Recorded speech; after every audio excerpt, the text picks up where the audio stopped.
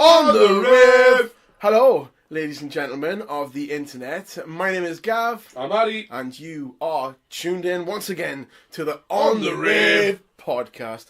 Addie, how's it going? I'm tired, Gav. You're tired? It's been a long night. It's been a long day. It's been a longer day. It's just, the days are getting longer. At least it's getting lighter though, Addie. It is. It's lovely outside. It's not lovely outside. It's lovely and light. It's fucking pissing it down. It is. Well, yeah, it's that sort of like light misty rain that gets you really wet though. Like, that's a proper annoying rain, isn't it? Yeah. Yeah.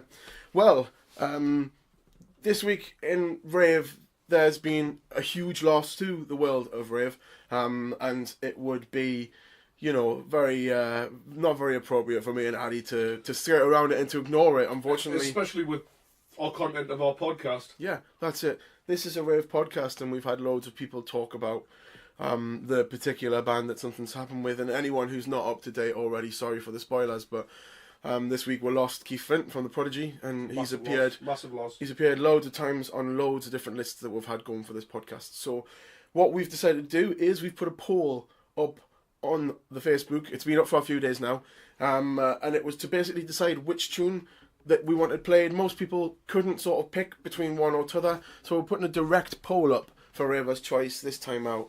So, on Facebook, you've all been voting for whether or not we should start the podcast with Firestarter or Breathe. And what is going to happen now is, with the magic of hindsight, we're going to play whichever tune it was that you actually chose by the end of the poll. So, this is either Firestarter or Breathe.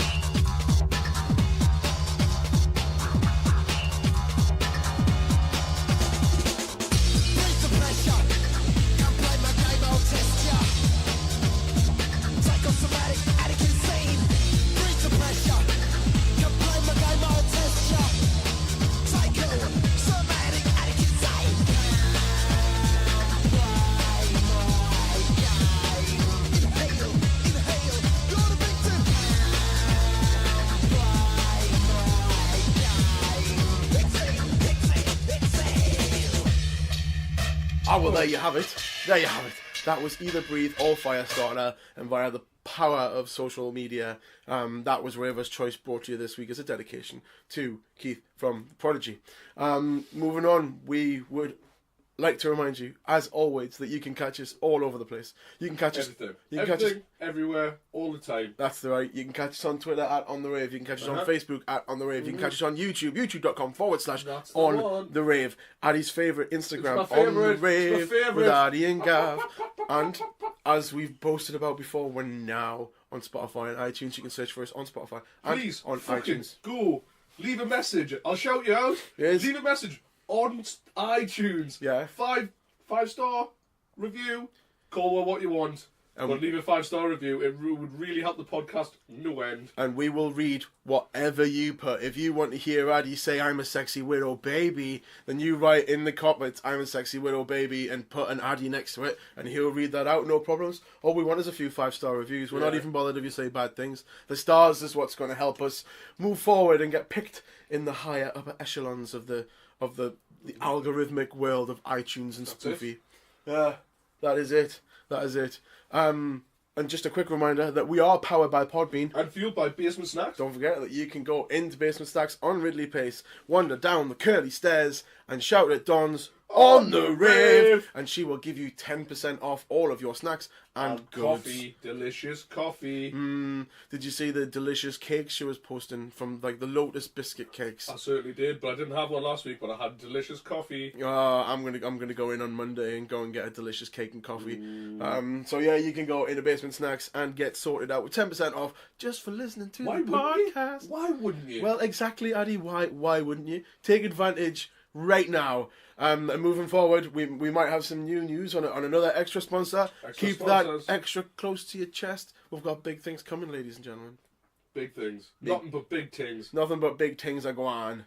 Addie, guess what? What? We've got another one of those guests in the studio again today. I think I recognise him. You think you recognise him? I might know him a little bit. You might know him a little bit. I thought he might be one of my oldest friends in Rave. In general.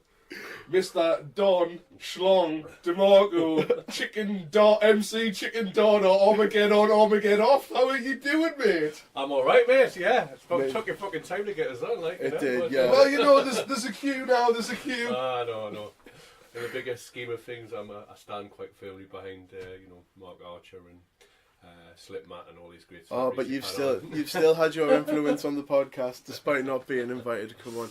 Don, it's class to have you on. Thank you very much for having us on. That's yeah. So, do you want to tell everyone a little bit about what you do? I know Addie's just gave you like 10 different aliases there, so I could probably think of some more actually. Yeah, I'm quite badly renowned as a sort of like Kaiser Soze, Roller Tomasi type kind of character. I've got different names for different purposes. But yeah, in terms of rave music, I've usually been known as DJ Armageddon, and I was kind of part of like Geordie Gabba Mafia, which is sort of which. Mentioned on the show plenty of times, UEP and DJ Smurf are sort of like the pioneers of, but like with them combined, we used to put on kind of a party called Fuel by Hate, which ran for a few years, Gabba Party in the late 90s, early 90s, but before that, Milk the Cow, and I've kind of been involved in running Milk the Cow for on and off for quite a long time, about 15, 16 year period. Yeah. And then ran Backlash, which was a kind of hard night, generally just a combination of all kinds of hard rave music. And more retired days, I'm a bit more retired and kind of sort of moved away from sort of rave music more towards the literary arts. I know I'm kind of a poet, but I try and kind of write poems about rave music, so maybe I'll tell you a little bit more about that later on. Under alias Donald Jenkins. Yeah, well, you can find Don doing his poetry work on Facebook. Yeah. We'll put a link in the comments for anyone who doesn't know what the crack is. I'm sure we'll have a rendition of the thing during the rest of the show. Yeah, I'd like to think we'll have a couple of little performances going on. But why don't we start with the same question that we start with all of our guests, and have a quick chat about your early influences. So, who played the music in the house? Well, I came from like a divorced family, so like but my main influence was my dad. Right. And my dad had a pretty lived in a poor flat and stuff like that. But the one thing that really caught I can always remember was lots of records. Yeah. And from a very early age, I was sort of like suddenly wondered when I pressed the button of like on the record turntable, it suddenly made all songs sound like the Chipmunks, and I didn't kind of understand. I thought it was like kind of a novelty thing. I can remember that being not working out that 45 was like a thing. But yeah, a lot of my early influences were like listening to my dad's records, and he was kind of someone who'd grown up as a kind of big rock and roll fan. Oh, nice. And jazz and soul and blues, really. So I had all of them kind of influences. So, and whilst the 80s was kind of sort of the main decade that I grew up as a child, before like kind of having my own music taste, it was very much like sort of my dad was like, fuck that, that's all bullshit, and like in fact it's just it's just talentless shit, and sort of imposed his view on it. And it was like, you need to listen to all this kind of great stuff, so thankfully for that, I like, discovered things like, Little Richard and... Yeah. But yeah, in fact, my first record memories are like asking my dad to play This Old House by Shakin' Stevens time and time again. So not even necessarily a good record, if you're going to say like, I think one of your later questions about is like guilty pleasure, then probably that song. Shaky, yeah.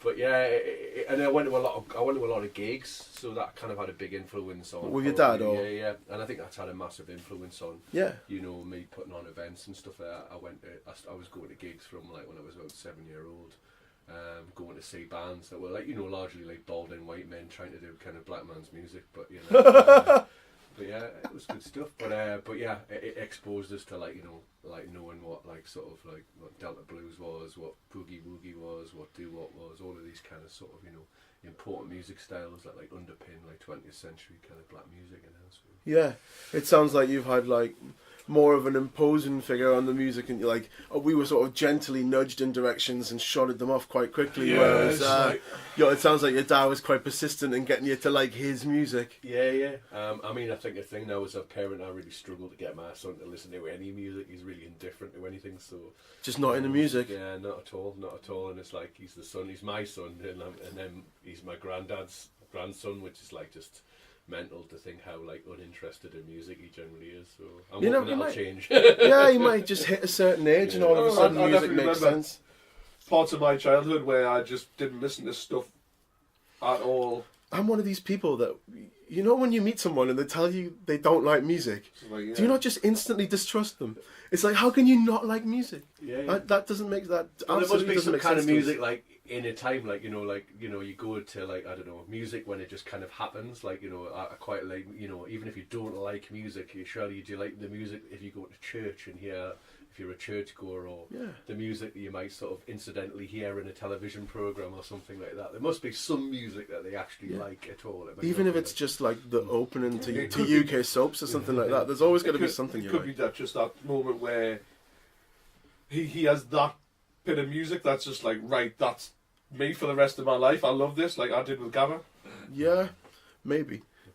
So, of all of these like early tracks that were being played to you, are there any particular artists that stood out? Yeah, well, for me, it would be like Little Richard. I still think, like, if we're one of your later questions about the greatest of all time, I think I was going to talk about all music. Little Richard is the greatest of all time. You don't have you love Prince and stuff like that, but Prince is fuck all compared to Little Richard. Yeah. Little Richard is the original sort of like gender bender musician. Well, he was also Bowie's biggest influence, and Bowie's my biggest influence. Yeah. So. And obviously, he was a brave man who was, screamingly gay. The first song, Tutti Frutti, which is his most famous song, is actually a song about soliciting anal sex. And like the original lyrics were like, "Oh, raw booty, tutti frutti, raw booty." Wowza! Like, either more, and like that song's never going to sound the same. And obviously, what happened was he didn't know about structure, so basically, he met like a famous songwriter at the time who was like, "Right, I think this guy's amazing, but in order to make him viable to like outside of his community and make this a big record, then he had to like sort of kind of change the lyrics, and the rest is history." And he's still alive to this day, but like one of the most sheer like energy driven artists, and then like other ones, there's a track like the Ronettes, who were like one of the various kind of sort of girl bands of Phil Spector, leader of the pack, which is like I really like that. It was always be like a really dark kind of pop song because it's about somebody who like has a car crash, like a motorcycle crash, should I say, and at like the end of the song kind of ends on this really dark note. So I remember it like kind of not like fitting the mold of a lot of other kind of like you know, a lot of happy kind of sort of rock and roll songs, whereas this one's kind of like, you know, it's happy up to a point, and then it's like a moral message: don't go with the guy on the motorbike, and then he ends up dying at the end. Didn't that get butchered for a Lurpak advert? It did, yeah. The leader of Lurpak. Right, the leader of Lurpak. Didn't the guy who's made out of butter play the trombone as well? Yeah. Fucking hell. It's funny the things you remember, isn't it? But the one that I was going to mention in terms of like a track here was like, I suppose, was someone that was a bit different, and it was like the Bonzo Dog Doodah band. Do you know their work at all? Right, okay. The Urban Spaceman. The horror film, also known for their other big hit. Do anybody know what that is? Not sure, but it always gets played at Halloween. No, I don't know them. Monster Mash. Oh, they did Monster Mash as well. Yeah. Right. Okay. No, I didn't know that. So they were like a kind of band that were like, you know, fighting against the grain of what was popular. So they came out in the end of the 60s and early 70s, when obviously kind of like rock and roll was kind of entering a different sort of stage. But they were like, you know, basically trad jazzers, basically, who kind of sort of came along, but they decided to like play everything like wrong, and it was like everything was totally farcical, you know. So like they would come on and they would like play instruments totally the wrong way and detune them and stuff like that, and they were like not to be taken seriously. I think one of the members that have like Adolf Hitler on vibes was one of the, like, when they introduced the band and stuff like that, you know? And also like I noticed if you watched the video of the song, which I'm going to mention here, is actually now like the only like video that's available, which was off a television program of which they used to play their music on. Yeah, I'll be honest. They're all blacked up. They well, are. so. Yeah, I listened to hasn't aged well at all. No, the first thing I did was click on the song on Spotify, and I listened to the song, and then for some reason thought I'm just going to have a quick look on YouTube, and when I saw the video, it was like, yeah, that wouldn't be allowed now. That wouldn't be allowed now. But the song, and I suppose the song also kind of depicts like somebody who probably isn't an English speaker, or is, you know, maybe, I think, but I've always got the feeling it was somebody from sort of maybe India, and them like kind of like getting used to the norms of so-called British society. Yeah. And it's them sort of singing on. But why I like the song anyway, just in a nutshell, is it's kind of got lots of like, it ends with loads of noise and distortion and stuff like that, and it's got this kind of sample in it, but I'm like kind of wondering what the ability to sample was then at that time. But it's like, you know, songs from 1969, and it's kind of got like this kind of ongoing sample through all of it, all this effect all the way through it, and I think it definitely had an influence on my taste later on anyway. So yeah, let's have a listen to Look Out There's a Monster Coming by the Bonzo Dog Doodah Band. And 3, 4.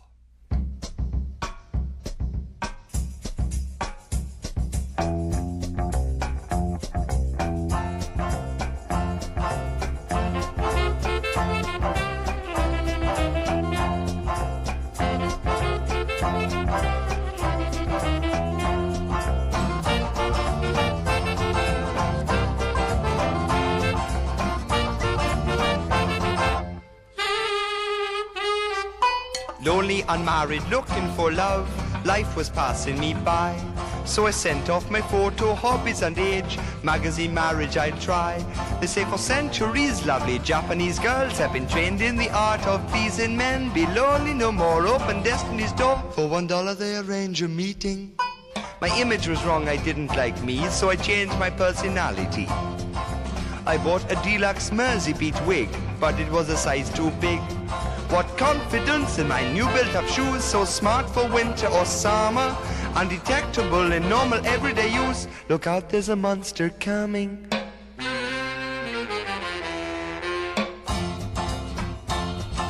Bye-bye binoculars and Macintosh, everything is just great.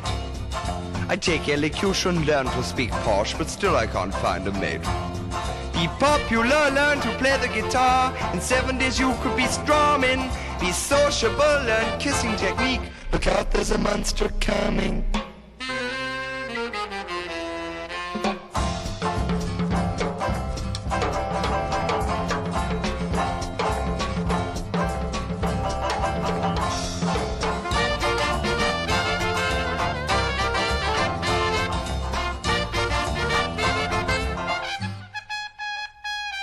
For my cannaby clothes, I reshaped my nose. Plastic surgery's best. To cut down my weight, off comes my left leg. I pass the swimming costume test. On my sideboard, through long road my aftershave pong. I know my nude nose ain't running. What's wrong with my tie? Am I getting too high? Look out, there's a monster coming. Disfiguring ugly my facial hair I had removed electrically. I rejuvenated my energy cells and regained my virility. Grunt, grunt, he put my hand on my heart, I interchange any part. He had a machine for a mommy. Please be gentle with me, I come to pieces, literally. Look out, there's a monster coming. Look out, there's a monster coming. Look out, there's a monster coming. Look out, there's a monster coming. Look out, there's a monster coming. Look out, there's a monster coming. Look out, there's a monster coming. Look out, there's a monster coming. Ah, well, there you go. Isn't that a nice tune? Lovely one. It was. Look out there. There's a monster coming. Well named. And as we say, like, the video itself on YouTube is up there. If you're into the risque. Yeah. Maybe just listen to the song, you know. Yeah. But they're all about pushing boundaries, and like they have had like the subsequent members of the band have included like Phil Jupiters and like Adrian Edmondson, because like various members have died along the years, so they keep the bonzos going on, but with like various celebrities playing some of the songs. Oh, that's good to know. I saw Phil Jupiters DJ at Glastonbury years and years ago, which was quite weird, but he came out and he played ska. And then he introduced the Scatterlights, which was like, it was a wonderful afternoon. That was like the Scatterlights in the beaming sun down on like the New World stage at one Glastonbury. I was like, I didn't realise that Phil Jupiter's his first role was he was a poet before he became in. Yeah. Oh, I did not know he was a that poet. as well, eh? I thought he was a comic. I thought he was a comic. He was a poet. Yeah, that's how he became initially famous. Well, I never learning new stuff. That's it. Hand over fist today, guys. We are totally becoming more and more educational as we go forward. We are an educational podcast. Yeah, we're getting better. Anyway, and better. get on the fucking some rave music. Right, okay. Before you get to rave music, well, that's it. So, section 2 is when we sit down and we have a chat about what sort of music you were listening to when you started finding your own feet. So, after the stuff that was firmly pushed on you by your father, what sort of music did you go out and discover for yourself? Well, I suppose I was just like any other teenager at that time. You discovered a lot of music through listening to the top 40, and sat there with your kind of stop pause. Just like late 80s, early 90s. Late 80s, kind of early 90s, kind of. And whilst I still did have obviously my dad's taste, I do grew up in the 80s, and I was aware of, was kind of listening to some of the electro pop and stuff that came out. Whatever. I think at the end of the 80s or whatever, I think the first sort of song that like I was like, yeah, this is totally different, that like blew my mind was Jack Your Body. Classic. And I was like, I kind of maybe a little dismissive of it first of all. I think it beat it off, Spitting Image, Throw Your Chicken in the Air, which had been at the charts. Classic. About 4 weeks or something like that, and I was a big Spitting Image fan. And of course, the other side of Throw Your Chicken in the Air is I've never been a nice, I've never met a nice South African. And that's not bloody surprising. So what a different time. It was, what a different when time. It was all right to be racist to white South Africans because they were racist to fucking everyone else. They're all nice ones. There. Yeah. I met that one that time. We'll look away at that. I used to have a bad habit of like just any time we met somebody South African feeling that we had to be Danny Glover or whatever. But diplomatic community. But you're black. Yeah. Anyway, we digress. So I remember Jack Your Body came out, and I think it was just the first thing. It was a bit initial. Wow, what the fuck? The song has just got like one sort of like sample all the way through it. So I kind of didn't get it, but the thing that was kind of the more I listened to it, the more it kind of intrigued us. Yeah. And then things like sort of stack of techno, what's you call it, humanoid, and came out in the charts and stuff like that. And I remember like these songs kind of like pricking my ears and going, oh, I quite like them a bit different. And then I think the sort of the next song that was like that was all the stuff like your Technotronic and sort of like Your Kid K is the one. It took us up really about 1990, and then you sort of had the big kind of commercial rap crossover. So I'd already like things like the Fat Boys and a bit of De La Soul and a bit of what else kind of stuff, the Beastie Boys, like the obvious stuff like Fight for Your Right and stuff like that. But Brass the kind Monkeys. of first time like the Fat Boys, that was in the shot was like you had Twist. MC Hammer and Vanilla Ice and all that kind of things that came out. But yeah, then suddenly dance music kind of, after having this kind of initial sort of commercial taste, it was like dance music that like kind of sparked my interest or whatever. And there'll be one act that I'll kind of go back to mention in a minute, but that all of that kind of like all happened very, very quickly. So you had from sort of like 1990, 1991, 92, there was like loads and loads and loads of stuff after that came of it. And a big influence on me would have been like watching Dance Energy, the TV program. Normski. Yeah, with Normski, who was married to Janet Lee Porter. Really? Did not read that. I don't know if Normski's going to be there on next week. Yeah, I don't know. Yeah, I don't know. I haven't been in the same room with Normski since he dared us to slap him on Bankface TV, and I turned up in my devil costume while people were watching, and on Bankface TV, and snuck up behind him and backhanded him and left the room because I'd said I was going to come and get him, and he dared us to, so I fucking did. Don't dare an idiot, man, especially not an idiot Geordie like me, dressed in me full devil attire with the awfully polite T-shirt reading "I'm a cunt." Yeah. Some wonderful memories. You're going back there, aren't you, as well? Yeah. The heady days of Bankface, back to the 80s. When it was back to the 90s. When Bankface was sunny. It's snowy. And not snowy and raining. It's going to be different taking your galoshes to a chalet rave. Yeah. So so there was all of this, like obviously all the kind of the crossover of hardcore into thing that thing. So I remember buying like tapes like Hardcore Uproar and for that, so being exposed to things that stood out with me were like 808 State, In Your Face, 808 State, MC Tute versus MC Tunes, The Only Rhyme That Bites. I love The Only Rhyme That Bites. Praga with a Poison, Messiah. There was loads and loads of things. I think one that kind of reminds of me mum a lot was my mum worked in energy efficiency, so she was like kind of worked for a charity that was all about kind of trying to eradicate fuel poverty amongst pensioners. So you used to always have like those kind of dusk masks that you wear and using a lot.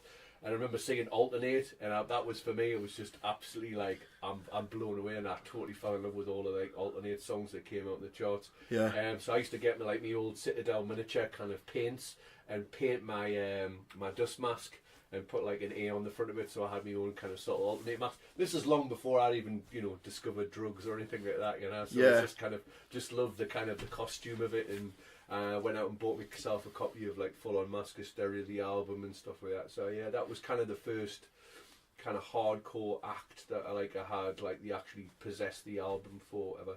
And then '92, I remember going to like on a residential sort of, and the Prodigy Experience had come out ever, and I'm just with a group of lads, and it was literally like the only tape like for the entire week of being in a dorm of like sweaty boys, all of us, all just listening to this time and time again. And we had like a really annoying deputy head called Mr. Vasey, and there was like a rumour that he had like had his toe chopped off in some kind of accident, so we all named him Robo Big Toe.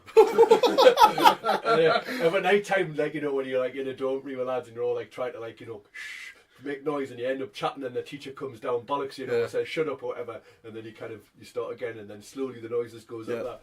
So eventually we got to a point, and the catchphrase was like, I am the god of Robo, and I give you Robo Big Toe. Anyway, it's like little jokes of the time, but yeah, I remember that being like a really defining album, whatever, and blow them away.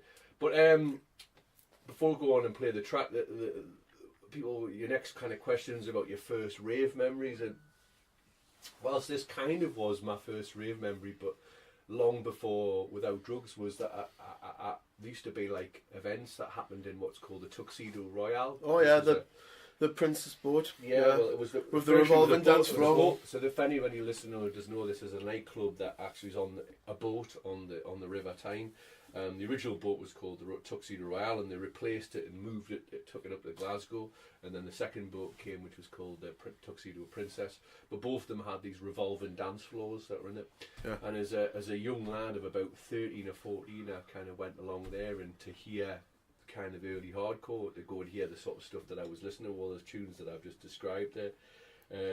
So yeah, I wanted just to do a poem about it really, because it's kind of, I always hear kids on, a lot of my friends who are maybe like a year or two older of us always talk about, oh yeah, I was at Resurrection in 91, I was doing this, and this is where I was in 92, and so yeah, this is what this is about. It's called Where Were You in 92 at an under-18s disco. I wanted a piece of the hardcore uproar, chaos theory, cassette tapes bought from pocket money, spoken to in sample sound bites, bleeps, our new melodies. And Kev, age 16, boasted all-night exploit, nocturnal resurrection raves, spots off limits to my baby face as I delivered papers to his parents' place. Blighted by scare stories, dazzled by fold-out flyers with lurid sheen, holiday brochure highlights, but without inkling nor the contacts, we settled for under 18s. We measured our manhood on board the disco boat by our rave t-shirt puns, picked our noses, blushed at girls, caffeine was our go-to drug. Lip-syncing the limit lyrics, we fidgeted to Prodigy and Shaman, then skulked off home, as my mum had me told, to be back and in bed by 10:30. There we go. Is that one you've wrote specifically for here, or is that one from the book? From the book? Yeah, so I'm writing a book called My Life in Rave and Poetry, and it does try and kind of sort of follow a bit of a storyline of kind of my like history and how I got interested in rave and dance music, and that's kind of one of the, I think it's maybe the second one in or whatever. But yeah, anyway, that is it's about like near misses, isn't it? You know, so yeah. I did actually go and listen to rave music. But yeah, didn't have any like anyone who I didn't know even have the desire necessarily to take drugs. I remember just the smell of Vicks and wearing all of these t-shirts at the time with like Rave on automatic instead of Radio on automatic. I'll have an English, Bob. Always classic. And Vicks Raver Rub as well, which was the other one. So. Yeah, that's two podcasts in a row. Vicks Raver Rubs come up. But yeah, I think I was maybe a little bit before that, the first record that I bought, which wasn't like, I bought an album which was MC Hammer's Please Don't Hurt Them. I know that seminal classic. But the first single that I ever bought was KLF's Free Me Eternal. And, I think MTV was, a big influence at that time, wasn't it? It was like, I didn't have Sky T myself, but like I had a friend who did it, and you could go and see cool music videos of songs, whatever, and stuff like that. And I was kind of like discovering rap for the not for the first time, but like UMTV raps for the first time. But I remember like particularly the kind of Euro sort of songs, whatever. And that was the thing that really blew my mind was Free Me Eternal. I just love it, and yeah, I still think it's great. And Bill Drummond is a legend, in terms of all his crazy beliefs. But not that I necessarily understand all of Discordianism, which is what he believes in, but I think they did some amazing stuff in a very short space of time. But anyway, this is Free Eternal. Yeah, amazing. So on the Rave podcast, for the first part of the Finding the Own Feet, this is KLF 3 AM Eternal. This is Radio Freedom.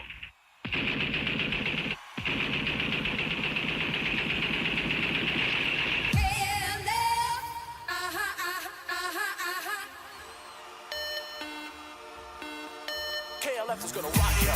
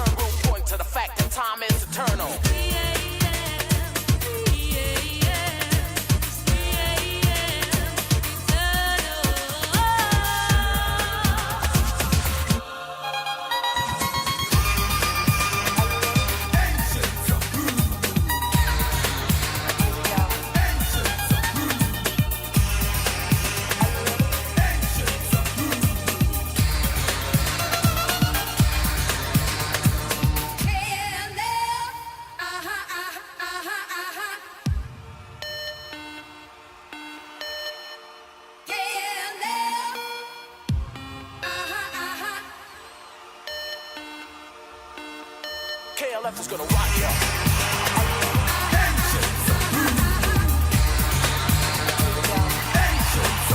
KLF is gonna rock ya. KLF is gonna rock ya.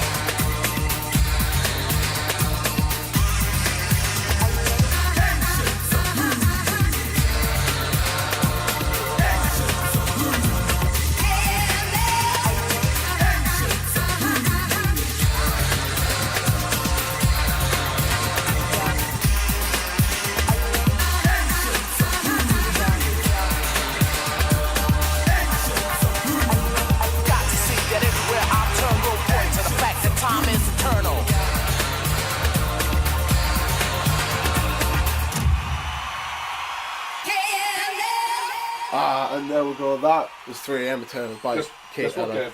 Guess what? Gav? What's Gav? that? Gav? Kev. Gav? Kev's Guess my what, favorite. Gav? What? It's only a 2 and a 1 So this is the moment where Don's decided to play his wild card, and we're going to have another Finding His Own Feet tune. And I believe it's like from the other side of your musical early influence. So you just talked a little bit about the rave. You were also into the rap. Yeah, well, I think that's kind of what happened. Was I then discovered hip hop, and I just became like I just like left rave music, and that's probably whilst like some of my friends went on to kind of have all these wonderful times in the early rave scene. I think what I always feel gutted about when I rediscovered it in '95 is that I probably missed some of the glory years, and it was because I just got massively into hip hop, and I was like almost like a hip hop purist, skinhead, knucklehead, big baggy trousers, totally like 100%. B-boy sort of like that was it. Nice. Everything else, whatever. Nice. And I think so. For me, it was like my first proper like rebel against the parents sort of thing, and just spent a lot of time in like chilling out a lot, watching new MTV raps and aspiring to be that. But it all started when one of my best friend growing up as a child was a Chinese lad, and he's like his brother was a bit older, and he kind of like this. Although my friend was very very straight laced and wouldn't do anything, his older brother kind of saw the kind of corruptedness, and he could see that I was a corrupt old person. So he was like first person ever to give us a joint, first person to ever like give it. I actually didn't have a joint. The first time I had cannabis was I had a bucket first of all before I had a joint, and I was like, just remember literally. I'm from like, Killy, man. Those little villages is definitely where buckets in the graveyard before you touched anything green, man. So it's just Buckets like, of brown in the graveyard. like always. someone like put like fire and like pencil sharpeners down your throat or something the first time. But yeah, the other thing he discovered was I was just at the back of his car and just like smoke and stuff like that, and it was like he's like, oh, put iced tea on, and it was just like, whoa, what the fuck is this? Like the swearing, they're talking about like fucking stuff that I've never done, probably never will do, but it just was like. So like a lot of people talk about like in terms of gangster rap like NWA, but for me the first thing was like Ice-T, like it totally blew us away, and then the amount of times that this like album where this comes from has been sampled as well, it's just blew me. So for me, although he's done some pretty ropey things over his life, including the Leprechaun movies. Ice-T though, I had an old Ice-T album that I used to just play over and over and over. I absolutely rinsed the hell out of it. I'm a little bit younger than you are, and it was a little bit later when that came round. Were there any other artists like apart from Ice-T? Oh yeah. I mean, to be honest, I don't think he was the main one. But for me in the first sort of discovering hip hop sort of thing, it was like people like Snoop Doggy Dogg, Dr. Dre's, obviously the Chronic. Oh yeah. Classic album. Wu-Tang Clan just came out. Oh yeah. Nas, who's probably like Illmatic's probably like my favourite or maybe joint favourite hip hop of all time. Hard Earned by Guru, just by Gangstar, come out there. I had like had like Tribe Called Quest like just come out as well with Midnight Marauders. There was just very the Far Side, so I was Far like Side, man.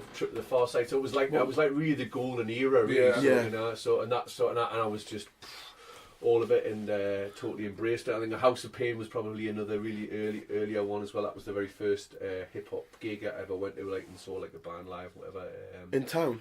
At the Mayfair, actually, at the same venue where the Resurrection and also maybe a story that I'm going to tell you shortly takes that place venue, as well. Went to see Notorious B.I.G. the only time that he's ever played in the UK before. What, in town? No, I went to see him in London. Right. Yeah, him and Craig Mack as well. Both of them who are now dead as well, which is kind of another kind of added mystique to the story as well. But first time ever like went to a gig which was like, you know, totally a million miles and live in the very white northeast, going to London and go to a gig which was like probably about, you know, 6,000 people probably, with which maybe 20 were white or whatever, so it was like a real massive culture shock, whatever. But anyway, I totally embraced that culture, whatever. But it probably all started really, and all I'd like rap tunes before that. I think the thing that really blew my mind the most, the first taste was Ice-T. So this next track is kind of was double released in 1991 because it was obviously from the film New Jack Hustler. Yeah. So it featured on the film as the kind of title track of Nino, who was a character from the film. And then it was also on the album which I discovered, which was Original Gangster by Ice-T. So you want to introduce it, lads? Yeah, I think you've just introduced it, but in any case, for the wildcard moment, this is Ice-T and this is New Jack Hustler. Hustler, word, I pull the trigger long, grit my teeth, spray to every nigga's gone. Got my block sewn on my dope spots. Last thing I sweat, so suck a punk cop. Move like a king when I roll hop. You try to flex, bang, another nigga drop. You gotta deal with this, cause in the way out. Why? Cash money ain't never gonna play out. I got nothing to lose, much to gain. In my brain, I got a capitalist migraine. I gotta get paid tonight. You motherfucking right, taking my grip. Check my bitch, keep my game tight. So many hoes on my jock, think I'm a movie star. 19, I got a $50,000 car. Go to school, I ain't going for it. Kiss my ass, bust the cap on the Moet. Cause I don't wanna hear that crap. Why? I'd rather be a New Jack Hustler. Hustler. Hustler. Hustler. Hustler. H-U-S-T-L-E-R Hustler. Yo, man, you know what I'm saying? You got it going on, my man. I like how it's going down. You got the fly floor, the girls, the jewels. Look at that ring right there. I know it's real. It's gotta be real. Man, you the flyest nigga I've seen in my life. Yo, man, I just wanna roll with you, man. How can I be damned? What's up? You say you wanna be down, east back. A motherfucker get beat down out my face. Fool, I'm the illest, bulletproof. I die harder than Bruce Willis. Got my crew in effect, I bought them new Jags. So much cash, gotta keep it in hefty bags. All I think about is T's and G's. Imagine that, me working at Mickey D's. That's a joke, cause I'm never gonna be broke. When I die, there'll be bullets and gun smoke.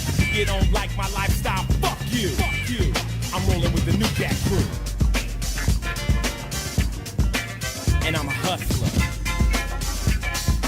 H-U-S-T-L-E-R Hustler. New Jack, New Jack, New Jack Hustler. New Jack Hustler. New Jack, New Jack, New Jack Hustler. New Jack Hustler. New Jack, New Jack, New Jack Hustler. New Jack Hustler. Here I come, so you better break north as I stride my gold chains glide back and forth. I care nothing about you, and that's evident. All I love is my dope and dead president. Sound crazy?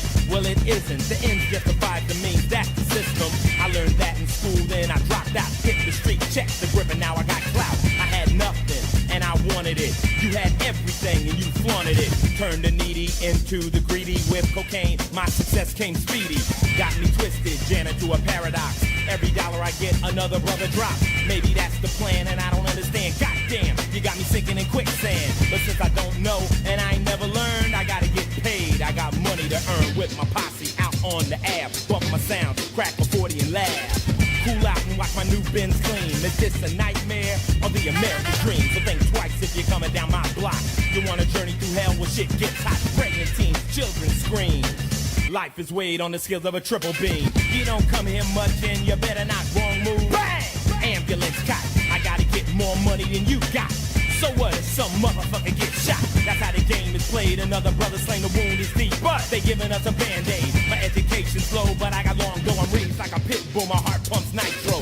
Sleep on silk, lie like a politician. My ooze is my best friend, cold as a mortician. Lock me up in genocidal catastrophe.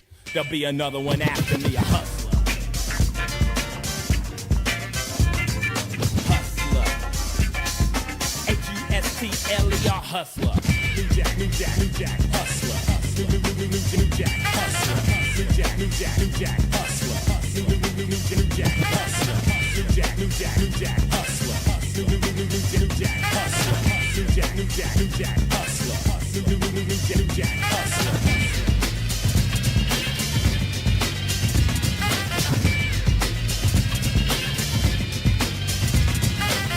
New Jack hustler. New Jack hustler. New Jack hustler. New Jack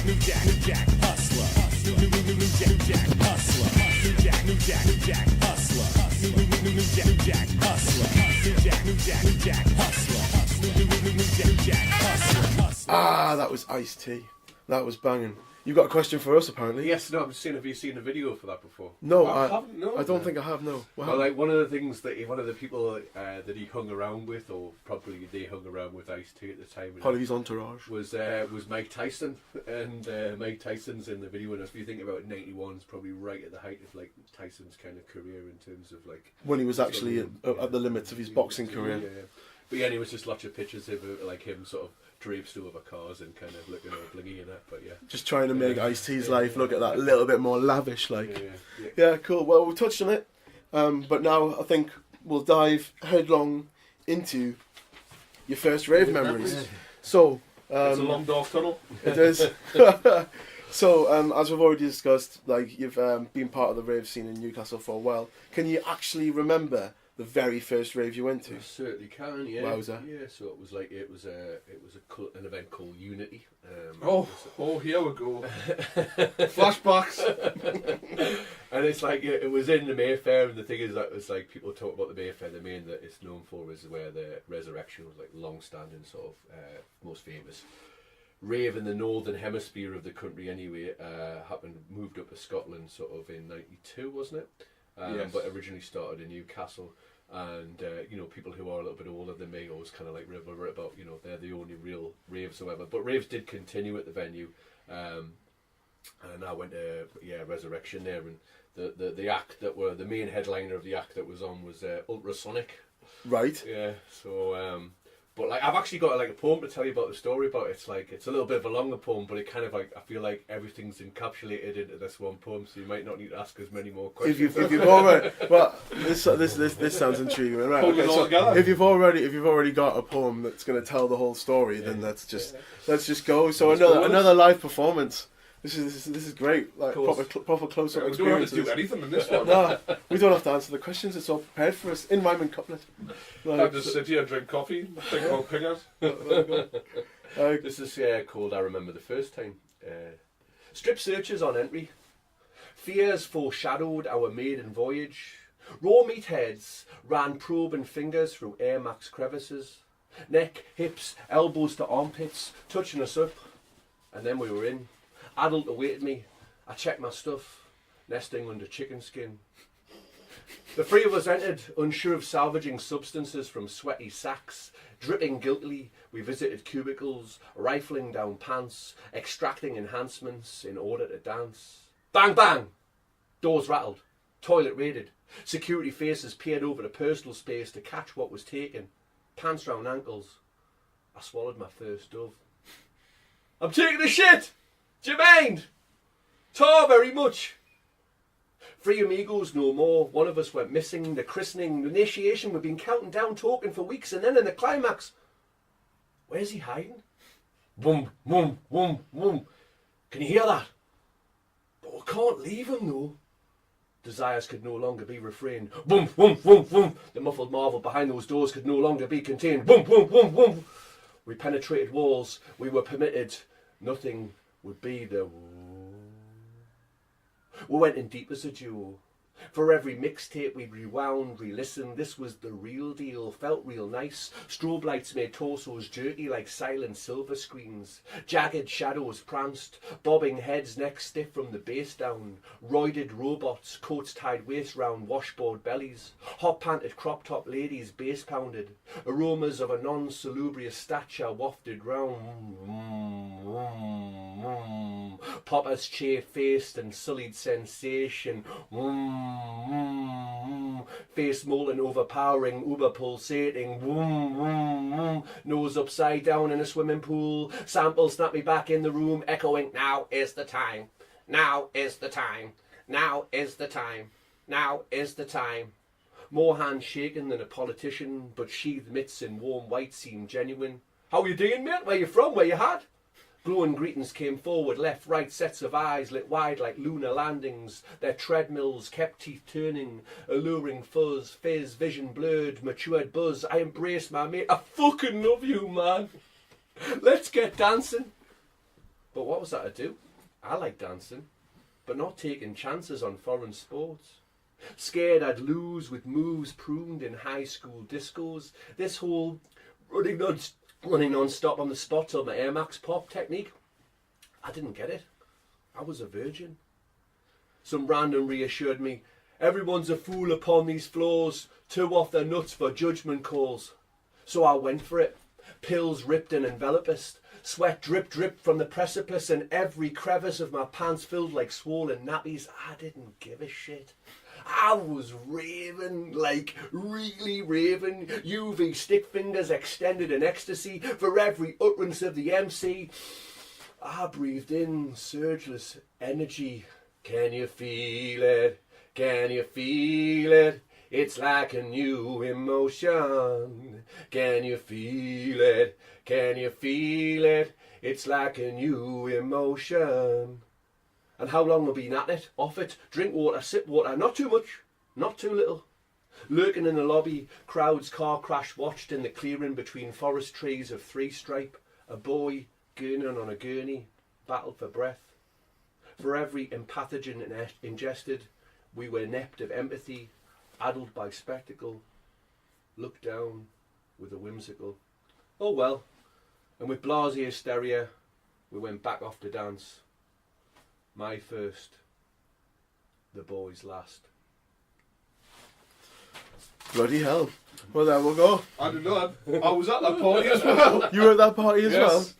well? I was mullet in the if you not remember the Mayfair, but you went down steps. It was like, and every step that you went down, there was like a cavernous space, and there was you went down again. There's another cavernous space, and in one of these cavernous spaces, I was sitting as security carried past a chair with a body on it, wrapped in towels.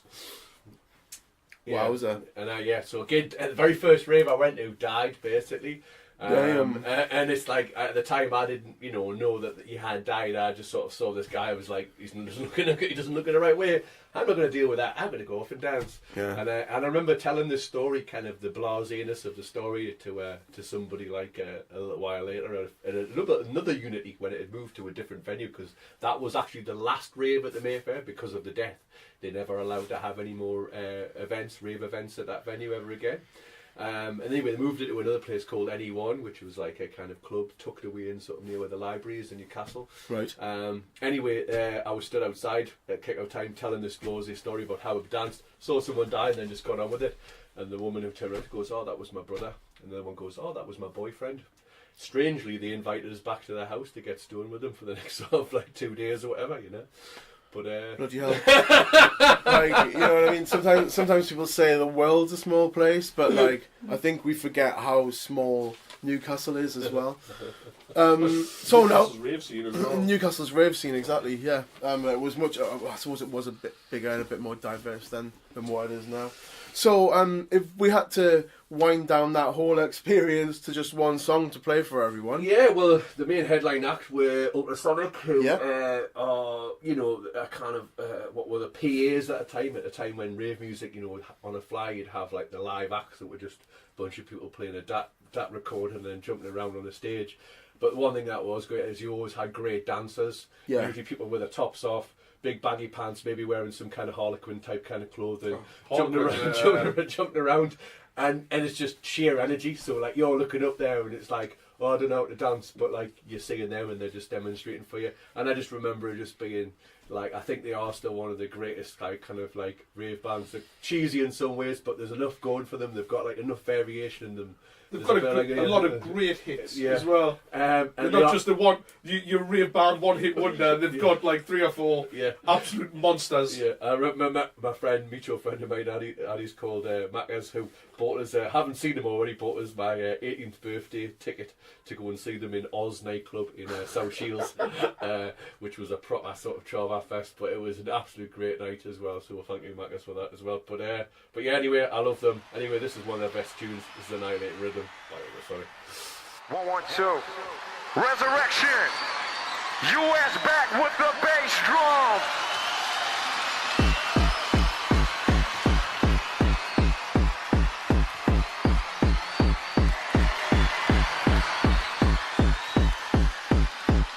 Bust the beat for this jam.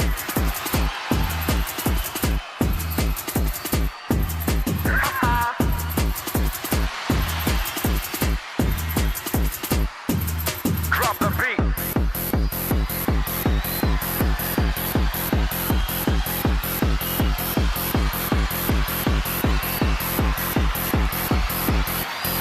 Keep it up now. Keep it up now. To the beat now.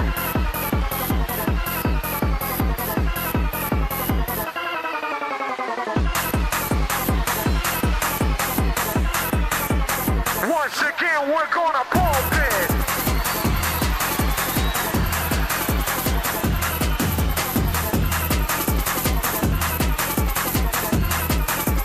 Hyper, hyper.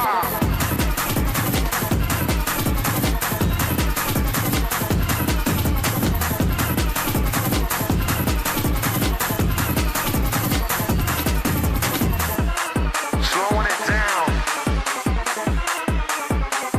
Slowing it down.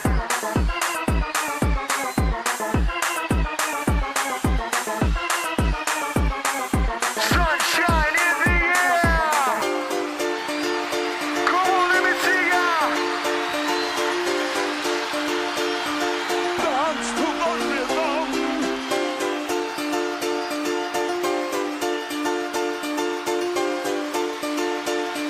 Dance to the rhythm.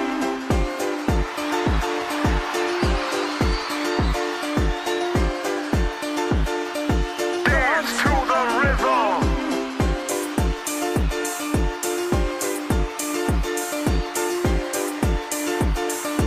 Dance to the rhythm. Has everybody got the breath back? Here we go again. Come on. Come on.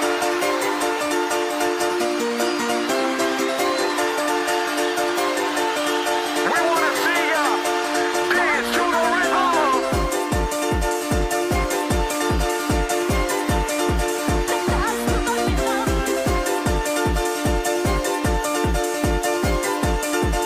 Once again, we're gonna pump it.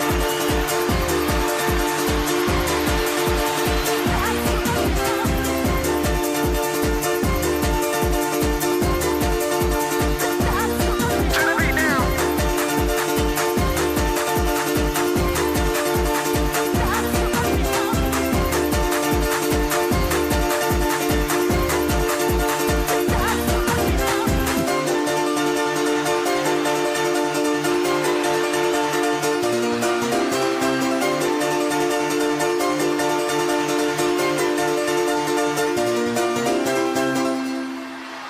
Staying on the edge. US coming live with a hardcore.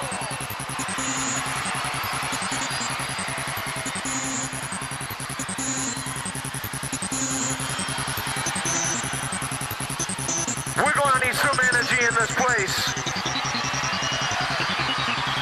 US got the energy.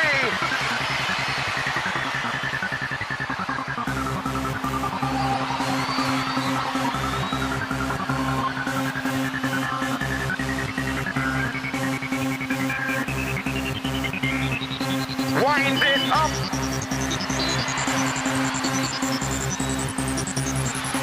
Wind it up. Annihilating rhythm.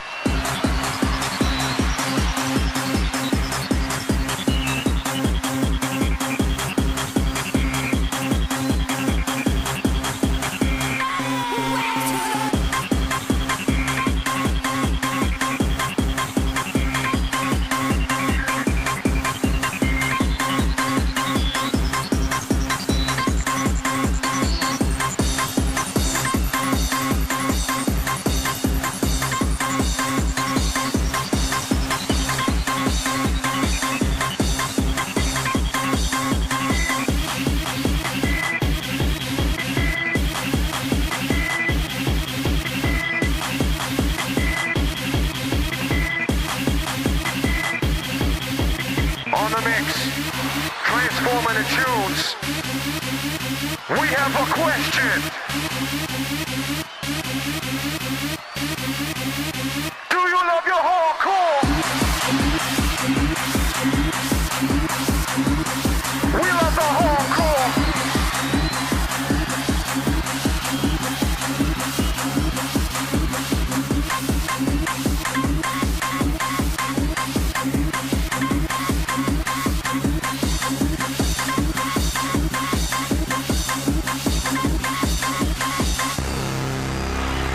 Total energy, sheer energy, bits of the sounds of ultrasonic.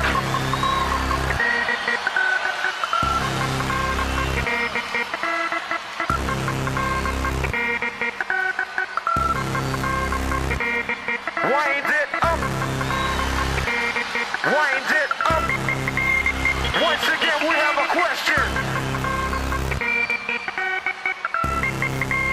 Do you love your hardcore? Corn! We love our hardcore! We love the hardcore beats!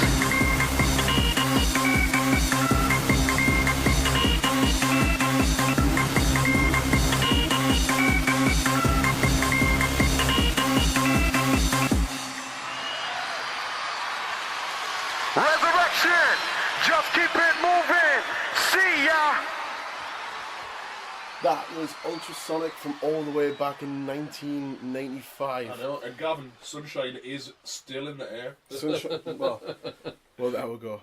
Well, there we go. And speaking of sunshine in the air, that moves we're swiftly into the next section of the podcast, which is nicely. It does. It's a nice segue, isn't it? He's accidentally done really well with his coffee. Addie's already back on the pingers as well. Coffee pingers. Pingers. No, not magic 90s pingers. Save them for next week. Well, one of those giant one-lick ones, Fun Size Johnny Special. Yeah. Yeah. One lick, pass it on. Pass them on in the circle of trust. Oh, dear me. Oh, I love the Circle of Trust. So, Festival Fever, I know that you've enjoyed festivals before because I've been at festivals with you. Yes. So, what sort of mood does a festival put you in, like? Well, it's the modern day rave, isn't it? Really. So I think it's going to be nothing else than off the cuff excitement, really. Yeah. I think people who are 10 or 20 years younger than I am, that's what if they want to experience something that's closer to a rave, that's what's on offer. Yeah. I mean, clubbing is enjoyable sometimes, but it's often met with disappointment and rules, like a lot of restrictions. Particularly in the UK. In like what you can and what you cannot do, and obviously kick-out times And what's acceptable. Yeah. Whereas I think festival, there's a lot more freedom. Well, it depends on which festival you go to, but levels of freedom and it's levels of stupidity, and I think what people like about festivals is it's like the ability to kind of revert a little bit, become a bit more childlike, and just, get on one, but also just act daft. And sometimes I know a lot of people have got very serious jobs, so a festival's a kind of chance to just like fucking not have to do that and just revert a sort of juvenile behaviour. It's a nice opportunity. It is, doesn't it? It's a nice opportunity to like let loose and get it out of your system. Sometimes I don't go as raving as much as I used to go, but sometimes you just need that quick little blast in the sunshine to just get it all out of your system and make you feel cush at the end of it. All the shit, rain and snow as of next week. Yeah, exactly. Well, I think it just depends on whether or not your festival is in the middle of British March or. I mean, This is true. Although I mean, as much as it's nice to have a bed or whatever, I prefer the outdoor kind of festival myself. Personally. You prefer the tent and roughing it a little bit. Yeah. I think it's just. It is nice. When it's nice, it's nice. It's nice to be out in the sunshine and being a bit more like exploring, whatever. As much as I like things like Bangface, is not like there's only so many times you can sort of look at a kind of Soviet era looking kind of holiday park. I just think it's grim that people actually go there for a proper holiday. I just remember walking out just going, people actually pay to come here. To go to the Pontons, but not actually go to a rave. Yeah, I mean, I think that's the joy of the transformation of the area, isn't it? You go there and it's like, it's your rave facilities for a couple of weekends, but then literally the weekend after, like Billy and Ida are coming to stay because it's their annual weekend away in Southport, so There's a lot of good things that happen at festivals like that, and whether or not it's an indoor festival like I'd probably call Bangface or an outdoor festival, there's still that sort of atmosphere around that communal music atmosphere where everyone's buzzing and everyone's on their toes and enjoying themselves. Like. Yeah. So what sort of artists do you seek out when you go to festivals, or do you just kind of go on the flow? Well, I would often go to a festival based on who's playing. So I would, not always, but I'll go to a festival and vet it for it's a chance to maybe see an act that I've never seen before. Yeah. So there's been a lot of festivals. So for instance, I used to go to a festival called Maschinenfest in Germany, which is like an industrial festival, which its main thing, it had its very last event actually just a few months ago. But it's got no DJs on, so it's just 3 days of live electronic acts. So that would sometimes go based on who was playing there. But yeah, right through to things like the festivals that been with you yourself, the Glade, Bangface, Boomtown. A lot of these kind of festivals, it'll be because there's some kind of electronic act on, sort of quirky act that I've got a record of and I like it, and I probably won't have a chance to see it elsewhere. So people you want to mark off the tick list. Yeah. I mean, for many years, he's definitely not going to come to Newcastle ever. So. So I'm going to have to go and watch him. See, I suppose the main way that I've kind of navigated my way through sort of 20 odd years worth of dance music and rave music is by the booking people, who I would never get a chance to see if they don't play it, and then or going to see them at a festival is another opportunity. So yes. I do it. By the way, Cap Mayhem, you bastards, you're still over 40 quid. Don't get your fucking horse mounted for retirement. Yeah, Grime MC Trimos is 100 quid as well. Yeah. It's funny how you find out who owes what and stuff like that.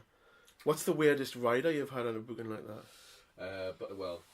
Only because of probably what they're called, and I don't think I realised that that's what they were called. But kind of string vests that what do you call it? Ramsey Nesbitt. They're called wife beaters. Wife beaters, yeah. And I just remember Otto von Chirac asking for a pack of 5 wife beaters or whatever and stuff like that. Whatever. So you had to go out and find string vests for him. Yeah, but no. To be honest, the hands down worst ride I've ever had was for Dave Clark, who was an algo category. Dave Clark's a fucking arsehole. All in, fucking, I don't care what contribution to techno was. There's rude and there's fucking being an absolute cock, and that's what he was. And basically, we booked him, and he asked for all these really, really difficult to get a hold kind of spirits and wine and stuff like that.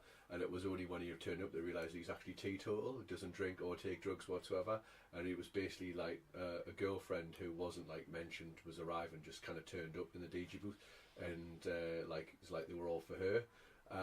Anyway, he just asked me to go. I just, as a common courtesy, just went to go and get them for him. He had a fridge behind the DJ booth for him to have all this stuff. Right. And I just was I went up to him and I said, I've just put this rare kind of gin that you've got on this very kind of sort of rare version of vodka, and we spent several £100s on all this trip over, and it was as if I was just a piece of air. It didn't acknowledge I was even speaking to him and stuff like that. I was just yeah, fuck you. Damn. That sucks, because there's a lot of people out there who see Dave Clark as a bit of a hero, don't they? Yeah. Todgy! And I'm not going to deny, separate the artist from the music. Yeah. As we're often having that discussion at this moment in time, and Michael Jackson and R. Kelly, but he's not a nonce, so he's all right. But he has contributed to lots of techno music. So separate the artist from the bell end, basically. Yeah. Sorry, the music from the bell end, should I say? But, yeah, well, that's it. You've got to just sort of distance yourself from it. There'll still be people out there who have Gary Glitter tapes because they like the music. So back to Festival Fever then. Is there any acts that you've seen at festivals that sort of really stood out to you? I know you've probably got a cacophony of them. Cacophony of them. I mean, just we're on the topic of rave. I've seen Shades of Rhythm. I can't even think how many times I've seen Shades of Rhythm, to the point where, Shades of Rhythm, really, you look on the flyer. But the best set I've ever seen in Shades of Rhythm was at the Glade Festival in What Glade? 2005 or something like that. Oh, early Glade. And it was in the part of the country where it happened. It was the heaviest concentrated bit of rainfall that had happened in 145 years. You were there. Both of you were there. And obviously walked into Wizard Gameblade. The car broke down sort of about 2 miles out of the thing that filled up with water, and then we had to like walk to the thing, like up to our ankle, up to our waist in water into the actual festival. And we're like looking at each other going like, why we're doing this? So like bags on heads. Keeping some clothes dry. Yeah, and then obviously it poured again, and there was various points where the main stage, the only stage that we'd gone to, was right in the middle of the valley, the Little Big's tent, and there was just water like pouring through the actual sort of the middle of the stage, or whatever. So there was loads of like cancellations and act changes, whatever. Anyway, this all went on until like the Sunday, where Sunday there was this corker of a day and it was just absolute sunshine. And sunshine poured down ever. And like most of the things that I'd wanted to see were on the first 2 days, but there was like one thing was like Shades of Rhythm, right? One, and it was about the only thing that wasn't in the tent that we were been in all weekend. So I went to see them. They played for 2.5 hours. And it was literally like the closest thing I felt like from like being like, you know, first going out raving. It was just like, the drugs were good. It wasn't just pills. I was taking some kind of like legal sort of pill. I can't even remember what it was, but like I danced my arse off. I met the guy from Shades of Rhythm, and he was just like just bantering him for ages, and such a we were all standing with them on a pile of pallets because it was like the only non-muddy place in the whole of the field. And I thought I was very high, and I thought one of them was end user, and I was told there was. I saw you set the other night. You said I didn't play the other night. I was like, yeah, you did end user. Oh wow. But yeah, it was great. In fact, one of my big, like quite sad memories was right at the end of the festival when it started raining again. So this was the Sunday into Monday morning, like before departure. And I just remember lying in the tent and feeling a bit like, I mean, admittedly I hadn't been involved in like the trauma of war, but I did feel like I was in the middle of the Rhineland in sort of World War One, and like I knew at any time there was going to be a time where I there was no point in really deep sleeping because I knew I was going to have to get up, and it was just that like kind of closing my eyes, going, oh, any time, and eventually getting out, and then like crying because I couldn't like get me welly on, and Gav, you were there and you put me welly on. I helped us get me welly onto my foot. There was almost tears rolling on my face because of the frustration of not being able to get me welly on. Yeah. And then eventually left the site, and it wasn't until we were like about fucking 150 miles up the road that I realised the reason I was struggling was because I had 2 left wellies. So I'd help you squeeze into the wrong welly. Well, I don't know if you got the right or the wrong one, but probably was the wrong one. Yeah, but that anyway. Was the festival that started. Like we arrived there on the Wednesday because you could dry, get there early. It was dry. And it was dry and sunny. I can remember being stood with you, mate, and watching a lass, an extremely wonky young lady with a skinhead, walking in the mud, very much struggling, and she fell forward and landed on her hands, and we went to go and help her, and her sunglasses fell off her head and landed in the mud, and while we tried to lift her up, she was like, no, stop, and she leant down and picked up her sunglasses that were now caked in mud, put them on her face, and proclaimed to both of them, oh, I can't see.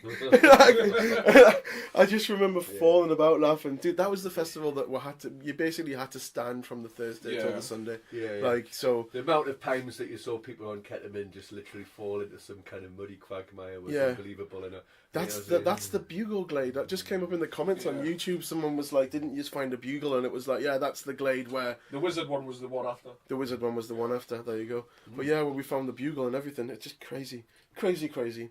So speaking of festivals then, is there one tune by one artist that totally puts you in that mood? One thing I like about the summer is I think I always kind of associate Fall at the Floor with like cold venues, indoors, dancing around to kind of gabba or techno and stuff like that. Whereas like I think breakbeats is more an outdoor thing, you know, like flailing your legs all over the place, which I like to do. Like although I love a lot of like drum and bass from across the era spectrum, whatever. I like this song in particular. It featured on like a kind of world dance CD that I had mixed by LSD many moons ago. And yeah, I just like it. I think it's just got everything that a jungle record should possibly have. This is DRS featuring Kenny Ken, Everyman. Wait, well, there's no better intro. I don't even know why I'm talking. I should have just paused it, shouldn't I? Should have just paused it. I should have just paused it. You could see Kenny Ken back to back with Kenny Ken just for bands. Kenny Ken back to back with Kenny Ken. Yeah. This is Kenny Ken back to back with Kenny Ken. This one a different kind of big up. This one the original big up. This one going out to all Imperial junglers.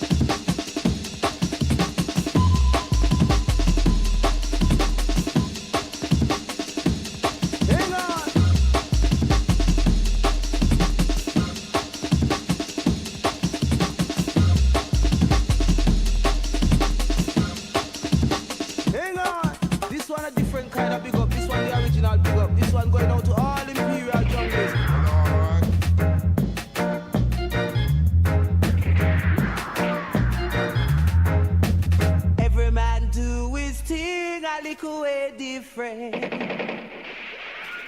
Every man do his thing a little way different. The things I do it in a different way from you. The things you do it in a different way from I. Every man do his thing a little way different. Every man do his thing a little way different.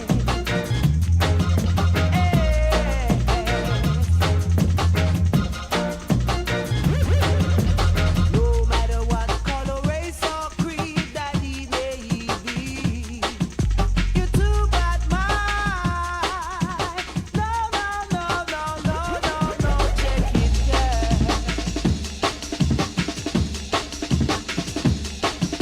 You're too bad mind. No, check it, girl.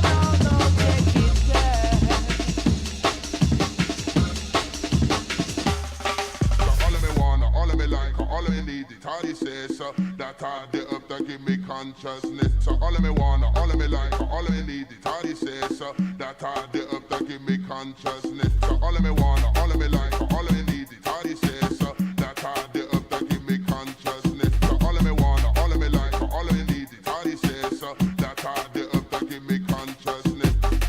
Walk and see and me smoke damn straight. Smoke it a little, me have a smoke till me dead. Walk and see and me smoke damn straight. Smoke it a little, me have a smoke till me dead.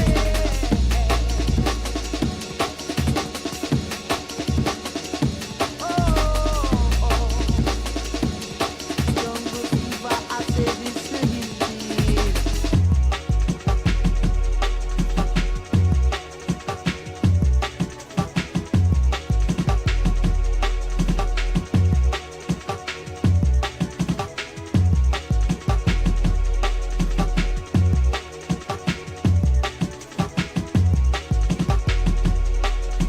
fever, I say this to him, please.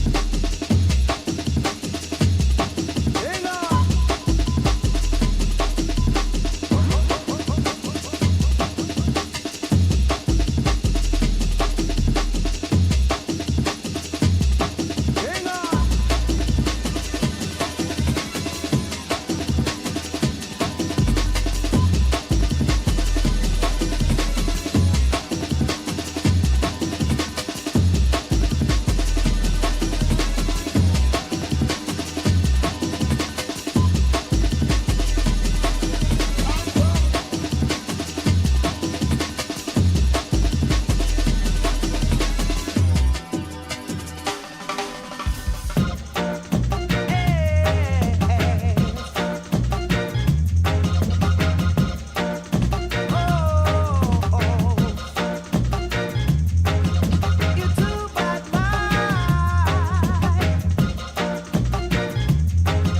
The things you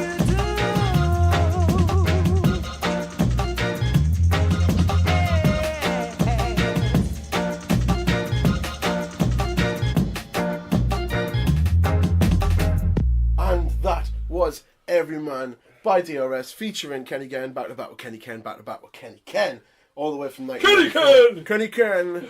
Oh my gosh! Yeah, Joe, I can't help it. I do like a bit of Kenny Ken. They're on that Jungle Archive, so Jamie's constantly like posting those little videos of him doing it. Like just one of those, like, I suppose it's one of my little guilty pleasures. But We're not up to that part of the podcast yet. No. So it's also like many versions. It's a while away.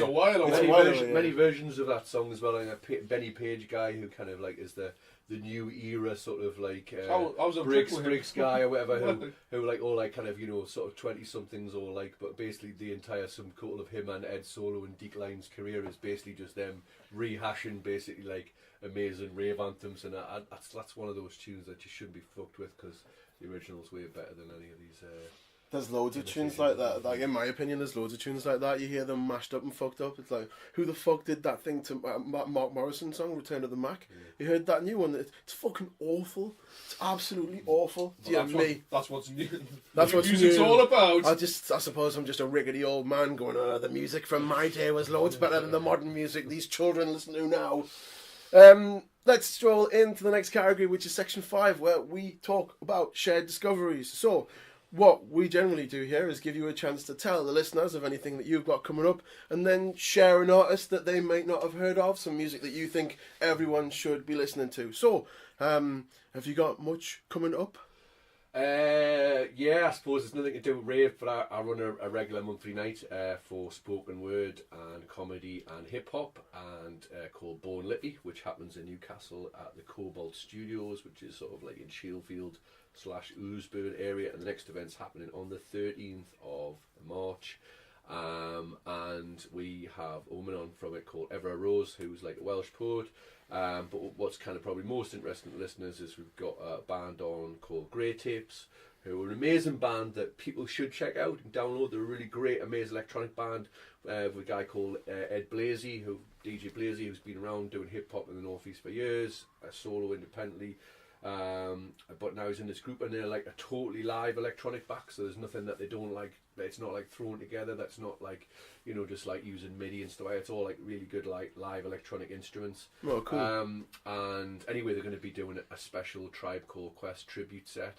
Oh, nice. So it's all going to be like beats and rhythms that we know from Tribe Called Quest reimagined in live electronica, and then it's also going to be like an open mic cypher. So we're going to be having people like Rick Fury, Ken Masters, other people kind of come along doing spitting some bars over the top of it. Nice. So yeah, sounds good. Anyway, that's happening there, and yeah, we happen to have that night on, which is on the second Wednesday of every month. There we go. Well, what we'll do is we'll bang a link. As you've heard, Don's already done a bit of his poetry, so there'll be a link to his Facebook page where you can listen to more of his rave poetry crack, and we'll also put a link in there to Born Lippy, so people can go and find out more about the event. Yeah, just check out Donald Jenkins' spoken words, but anyway, if you want to look for it on YouTube, on Facebook anyway.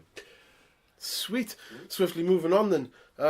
Being a bit of a connoisseur of music, is there lots of artists you think that people should be paying more love to? I mean, I've not necessarily gone for anyone new. I've actually gone for somebody quite old, but it's like the amount of time that whenever I mention this artist's name and people don't know who he is, it kind of surprises. And basically, I'm going to talk about Mark Ricardo Pania, is apparently the right pronunciation. Most people, as I would say, Mark Ricardo Payne, which he has been doing is sort of Italian dad, possibly, but a German producer who has been involved in rave music since day dot. In 1991, released Mescum United was one of his aliases, along with another artist called Myro, and they basically brought out like the first hardcore techno record that got reissued on Industrial Strength Records, which is more commonly known as the first Gabba label. Yeah. Anyway, he's had like, I think probably about 50 different aliases. Even more than your bad self. Yeah. And Marshall Masters, Rave Creator, like tons and tons of it, all PCP under this Planet Core Productions, that he and this other guy, Miro, however you want to pronounce it, have done it. But it's this one artist, this one act that in particular is The Mover, which is this kind of more sort of techno outfit that I'm most excited. And he was an artist in a form that he was in the early part of his career, around the early 90s, and sort of then re-emerged again in the sort of early noughties. Had one track in the end of the noughties, and then is kind of only just recently brought out like an album and reissued all of the backlog, so you can buy all Mover stuff you can find now on Bandcamp. Oh, man. You can get reissues of their vinyl, and you can get all of like the digitally remastered stuff as MP3s. If you don't know this, then where the fuck have you been? It's really, really important music that is like, if you like even the embryo of techno, not necessarily being a big techno fan, but the idea that techno is like the core of a lot of like rave music in terms of like whether it be Fought the Floor or breakbeat or hardcore techno or gab or whatever. Techno is kind of like the birthright of a lot of that kind of music. And he was there basically along with a lot of other producers who became a lot more kind of well known and global and more famous about, but he stuck to the ground. Have always been about dark, minimal sort of stuff. Yeah. And he's just recently had a new album come out, the Dark Come Down EP, like album whatever, and it's like, you know, he's like you see on Resident Advisor and all these people go, oh yeah, the movie is so amazing, and you know, and on one level it's sort of fashionista people, but on the other level it's also younger people sort of suddenly being discovered his music, and I think more people need to discover it. Very recently he's been getting a lot of love from like big techno people using his track as their hardest record, and right at the end of the set type tracks going, whoa, this is gonna fuck people up. Yeah, and anyway, at the same venue where my poetry gig at Cobalt Studios, this guy is actually playing for the very first time in Newcastle on the 17th of June at a night called Municipal. Anybody who's into gabba, hardcore, techno, need to come to this event. You know, it's like, you know, a real rave sort of hero coming to the northeast. There's also on with Jerome Hill, who's like an amazing kind of rave techno DJ as well. Infamous with that techno Jerome Hill. So anyway, the track that I've picked, do you want to introduce? Yeah, cool. So on the list here, the track for the shared discovery is by The Mover, and it's called Night Flight.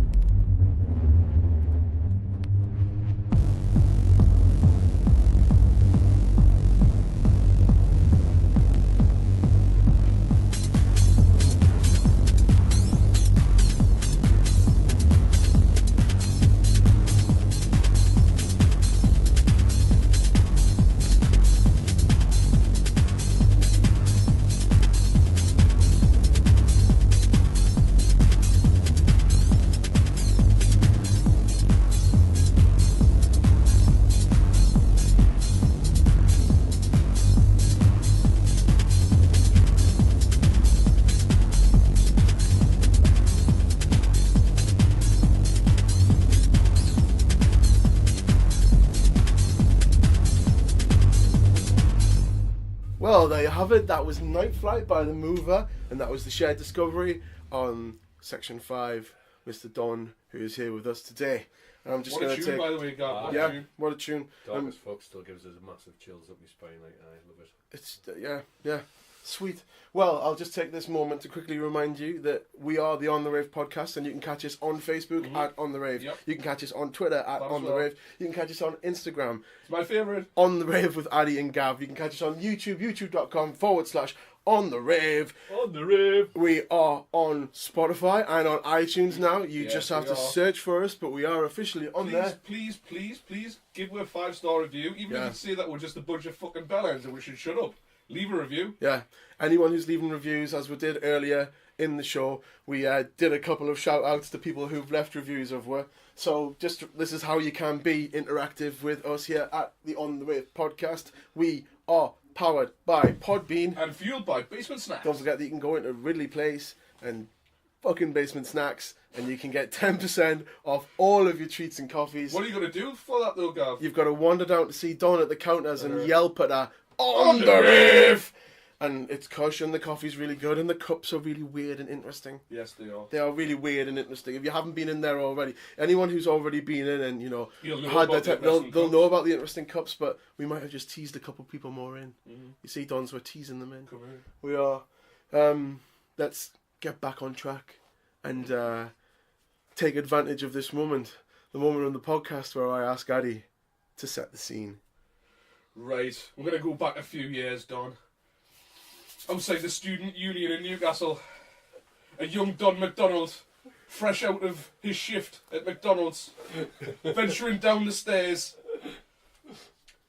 still in McDonald's polo shirt, wearing his badge on, dressing gown, and monster slipper feet, makes his way through the crowd and astonished ravers think, what the fuck's that daft cunt doing?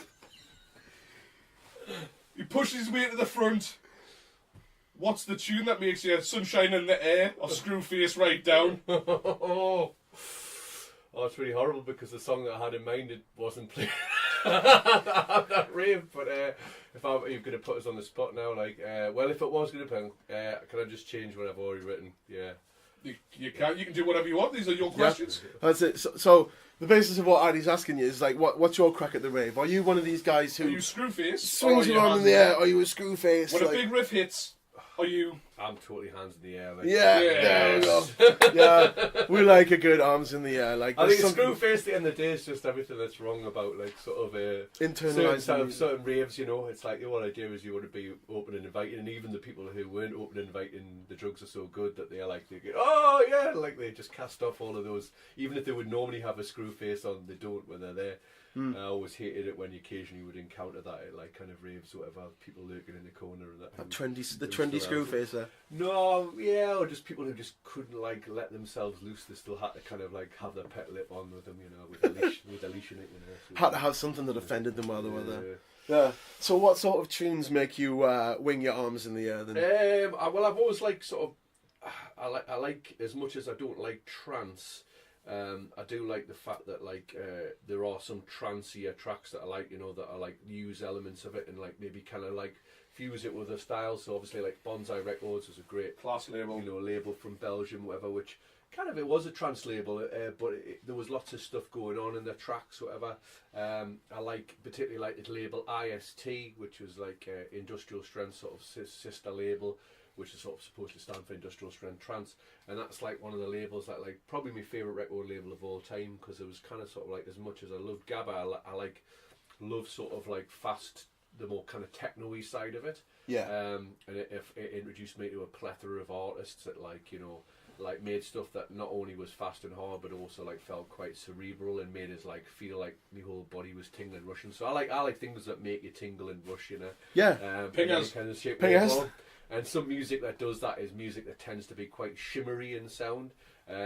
And some of it's like, you know, I quite like hard, dark, shimmery sort of stuff. But the track that I'm going to pick is totally not that. It's just pure cheese on a stick. It's not even a kind of tune that I would have ever heard at a rave, to be honest. Yeah. It's a totally emulated tune. There are better rave hardcore tunes. There are better old school tunes, which your song totally borrows from and steals from. Yeah. It's effectively an artist who's probably more known for that kind of like commercial output like that happened in the like late 90s. Particularly in fucking adverts, till so sick until like you hear that advert again. I'm talking about Moby. All right. But like in the early part of it, you know, he came out with, you know, a handful of real gem tracks. Obviously, early one being Woman, isn't it? Yeah. Go. Sorry, which is the and sample. also played Rez in Newcastle at the Mayfair. Did he? Yes. With which had like, you know, amazing Twin Peaks sample in it. But later on, he did this tune in 1954, and I like it because it's sort of like it's got a little bit of a breakbeat, or the version I like of it does. It's kind of like, but it's starting more driving and more faster. And when it's right in full flow with the diva singing right in the middle of it, it's shimmery as fuck, and it's like it's literally just feels like everything that's good about like being properly off your face on drugs, like hands in the air, don't give a shit. And it's like, it's not just like the build up, it's like right there, it's right at that point of like you're bouncing, you're dancing, and you're like going full at it. Yeah. One of those like what I call an anthem moment. Yeah. A moment when everyone at the same time goes yes, because it's that one tune. And I'm the same. I'm arms in the air, like that's my crack. I'm all about exposing the fucking armpits, mate. Like, so what Moby tune is it? So Don's gonna introduce this one. So this is Feeling So Real by Moby.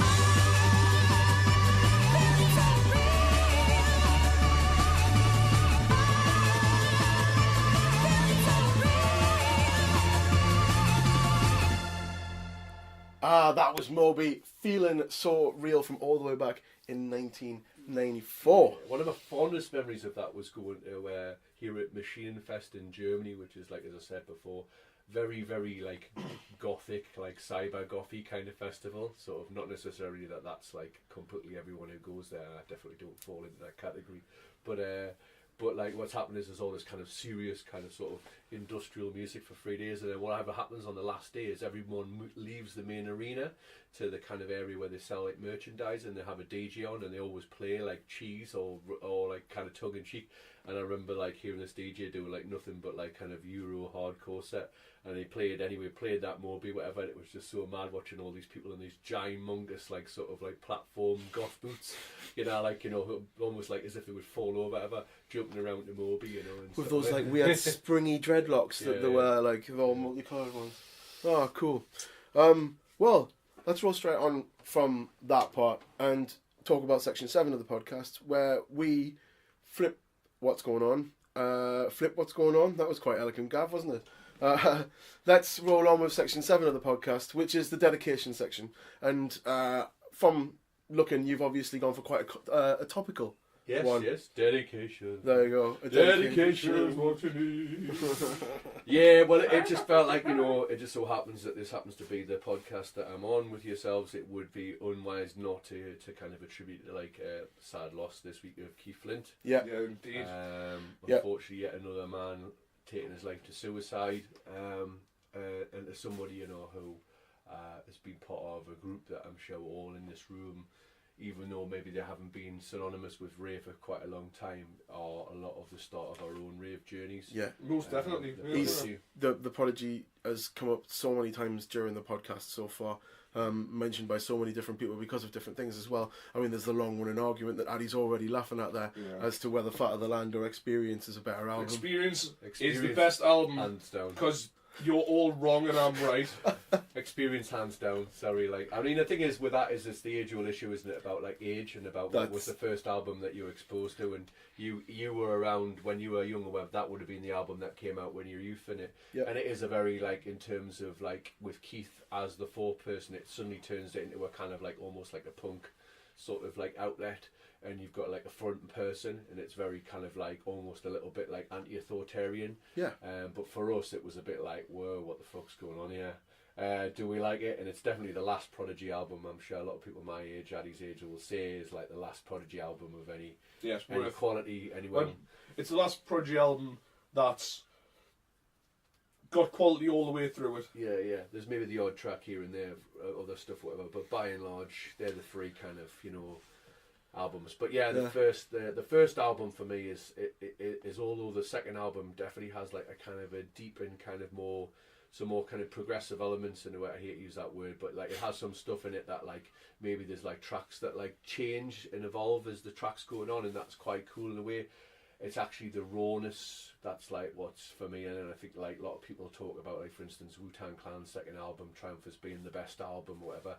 For me, like it'll always be the first album because I just love like rawness. I like ideas when the ideas are kind of like they've kind of got a bit more of a kind of uncut and uneven sort of sound. Yeah. And I think that's kind of what makes sounds out. And a lot of the time what we hear dance music now is it's so digitally processed. It's sort of smooth that it loses a lot of that kind of just that sort of cheapness of production, what makes sort of sounds track whatever, and that crunchiness is sometimes what makes people so endeared to the tracks. Like the rawness that you describe, I would describe as like authenticness.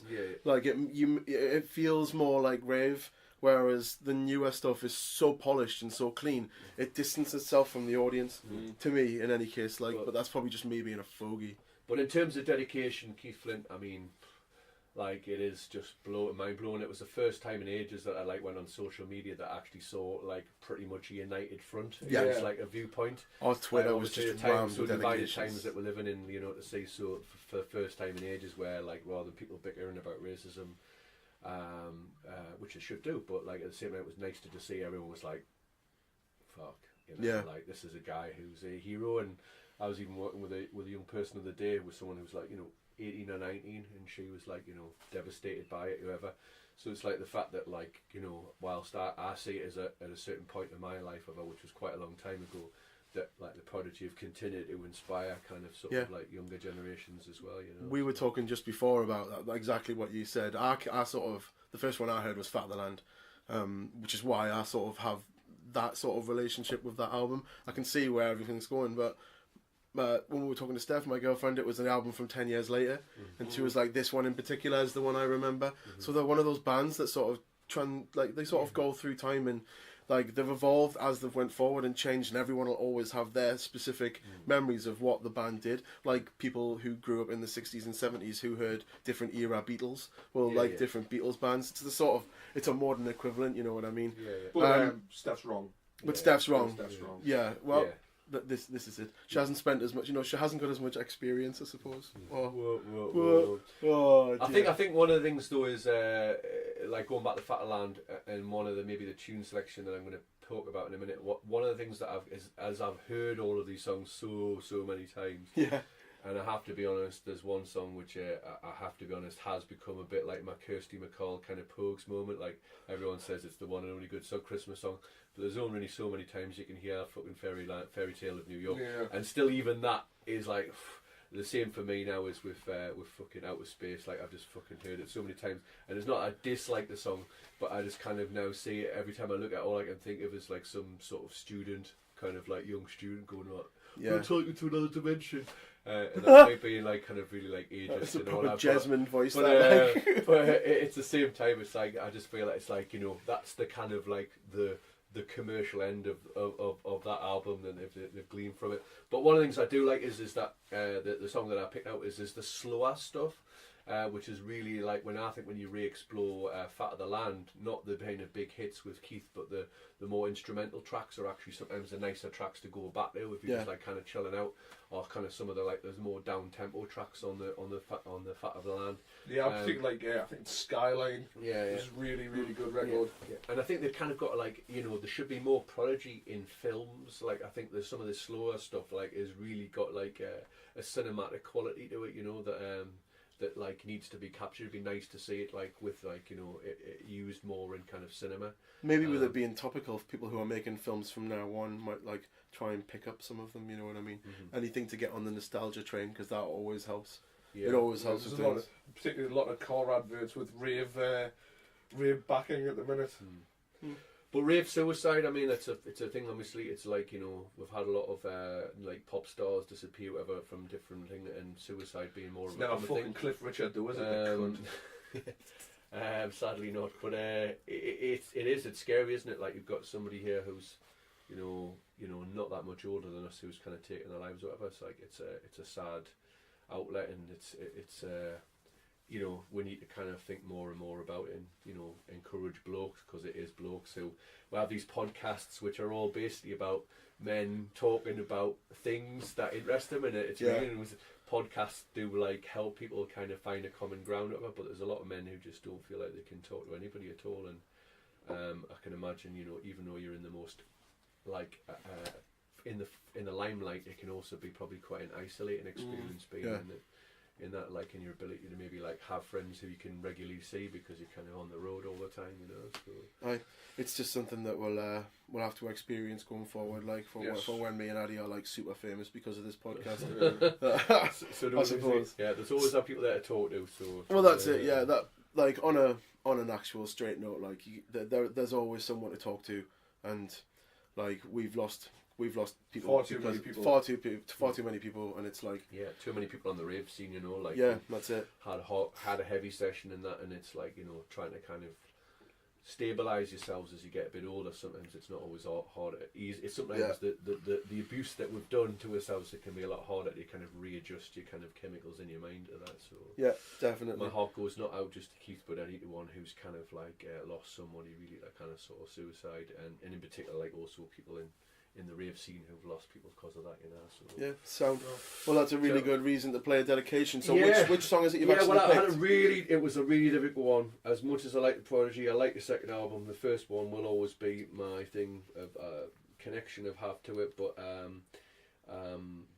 it was a really hard toss up, and actually changed it. I had to like edit it out. So for the big hit rave hit that doesn't get played enough on it is Rough in the Jungle Business. Class. I love it, and it's got all of the elements. It's got a female vocal that kicks in quite far in the tune. It references jungle because at that time breakbeats were starting to get faster in rave music. It has like some great repetition samples, but when it came down to it, the song on the album, which I've kind of warmed to more and more, going back to the cinematic quality, is The Weather Experience. I saw it in a play a few years ago, and it was like there's about a boy who comes back from his first rave, and he's kind of come down, and he's just thinking about like how much he's like sort of like distanced from his mum from being like a teenager, and suddenly he just thinks all he can think of about is the comfort of his mother, and they had this music playing it, and I was just like, why the fuck isn't this like in more films? It's a really deeply piece of moving music, and it starts off with quite slow, and it's got like a fucking Michael Fish sample in it from fucking The Weatherman, and it kind of builds up, and then you think, oh right, okay, but then it fucking kicks off, and it's like you've got like great 303 in it, one of the best 303s in dance music ever. It just kind of bubbles up nicely. It's a fucking great, like, it's a piece of fucking classical rave music, It's like a real composition. So when it came down to me for like length of time, if you put it in a time capsule, I think it's one of the bits of dance music that will last many, many, many generations and will be referencing in hundreds of years from now. So for me, it had to be The Weather Experience by Amazing. Yeah, The Weather Experience. We put a play out on Facebook and on Instagram for people to suggest tunes to come, and The Weather Experience is one that came up a couple of times. It came up a few times on Facebook. I know specifically on Instagram, Ali got in touch and he said The Weather Experience were pretty much the same word. He just said it was beautiful. So I don't see any other better reason to play. So this is a dedication to Keith Fint from Prodigy, and this is the Prodigy Weather Experience.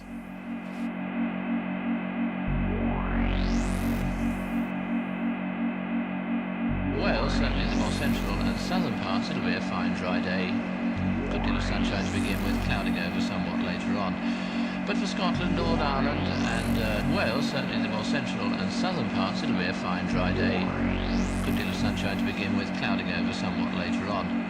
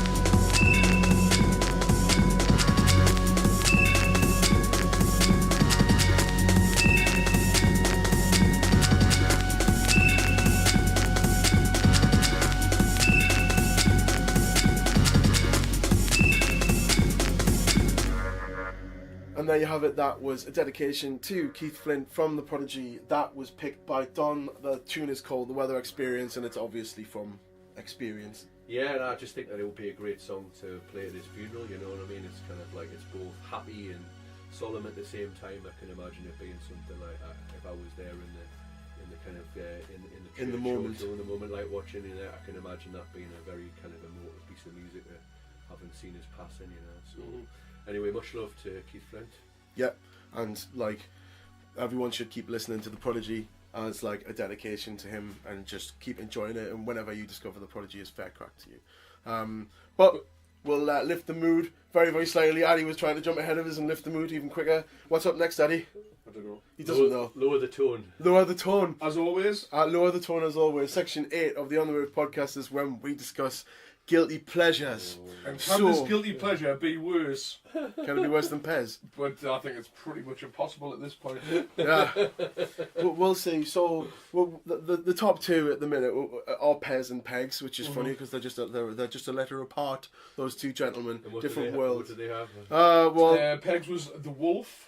It was which is a Euro dance beat that's based around Little Red Riding Hood. It's wonderful. It's awful. And Pez was Robbie Williams, Let Me Enter Your Chair.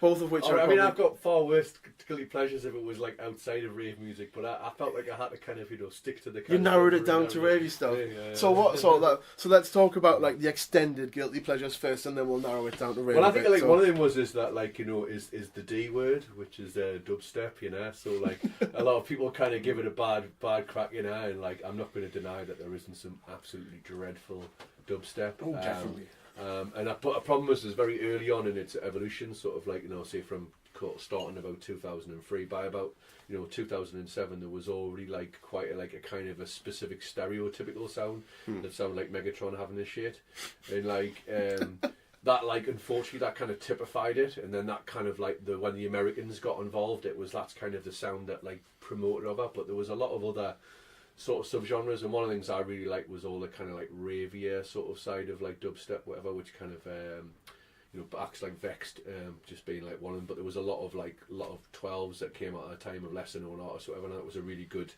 era for it, whatever. But yeah, it is a guilty pleasure. Whenever I try and mention that to any of my mates at Rave, they're like, yeah, fuck dubstep, fuck it. I think the biggest problem with dubstep was the time it came out for me was when dubstep was put on at the start of your night.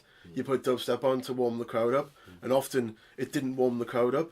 So I just grew with a bit of resentment because it was taking an hour of old school or drum and bass away, which is why I never particularly was a fan of dubstep. Don't mind it now. There's definitely worse out there.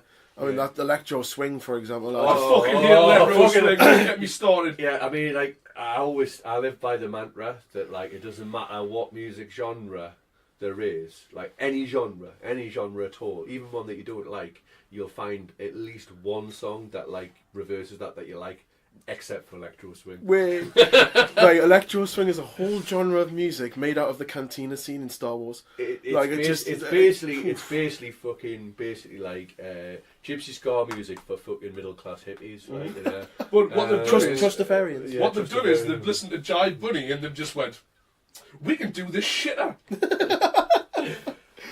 But yeah, it's just like I mean, I'm not saying I'm a big swing fan, but I wouldn't say I'm anti-swing. It's all right, there's bits of it which are kind of nice to hear back, whatever, but like the idea of, and I'm a big fan of electro, but they just seem to have gone for the most gaseous, like manufactured cheap beats and thrown it next to some like old swing stuff as well. And I mean, I know that there are purpose acts that are like making brand new music in that genre, but like it just fucking smells of fucking Trustafarian hipsterdom, like for me, like it does. So back to your guilty pleasures then. So yeah, mine sort of evolves from being working in McDonald's as sort of in around 89 when I was about 17, 18, and being massively into hardcore rave music, whatever. And this act came along, and I thought they were fucking horrendously bad. But they did feature at the very first rave that I ever went to, that I trailed earlier on, and that is Scooter. Oh, Scooter. There's so many people who will just be like lifting, yeah, Scooter! Like, there's a time and a place for Scooter. Yeah, I'm with you on that one. Yeah, there's a time and a place for Scooter. But so I think as much as you denounce him, I think I wouldn't say he's a genius, but I sort of view him as like the Madonna of the rave world. Right. So Madonna's kind of like obviously very famous, and like in the bigger scheme of things, many of the acts that we've mentioned today, like with exception of Prodigy, aren't that famous. They've made their underground acts, whatever. Whereas like Scooter, is a big thing, particularly in Europe. Huge. But what he is he's just basically like Madonna, has gone into something, heard something else, and then just basically nicked it for themselves, whatever. So like, there's not very much of Scooter, which isn't actually Scooter, which isn't just borrowed from somewhere else. A lot of it is just blatant. It's not borrowed. It's just stolen, blatantly off them.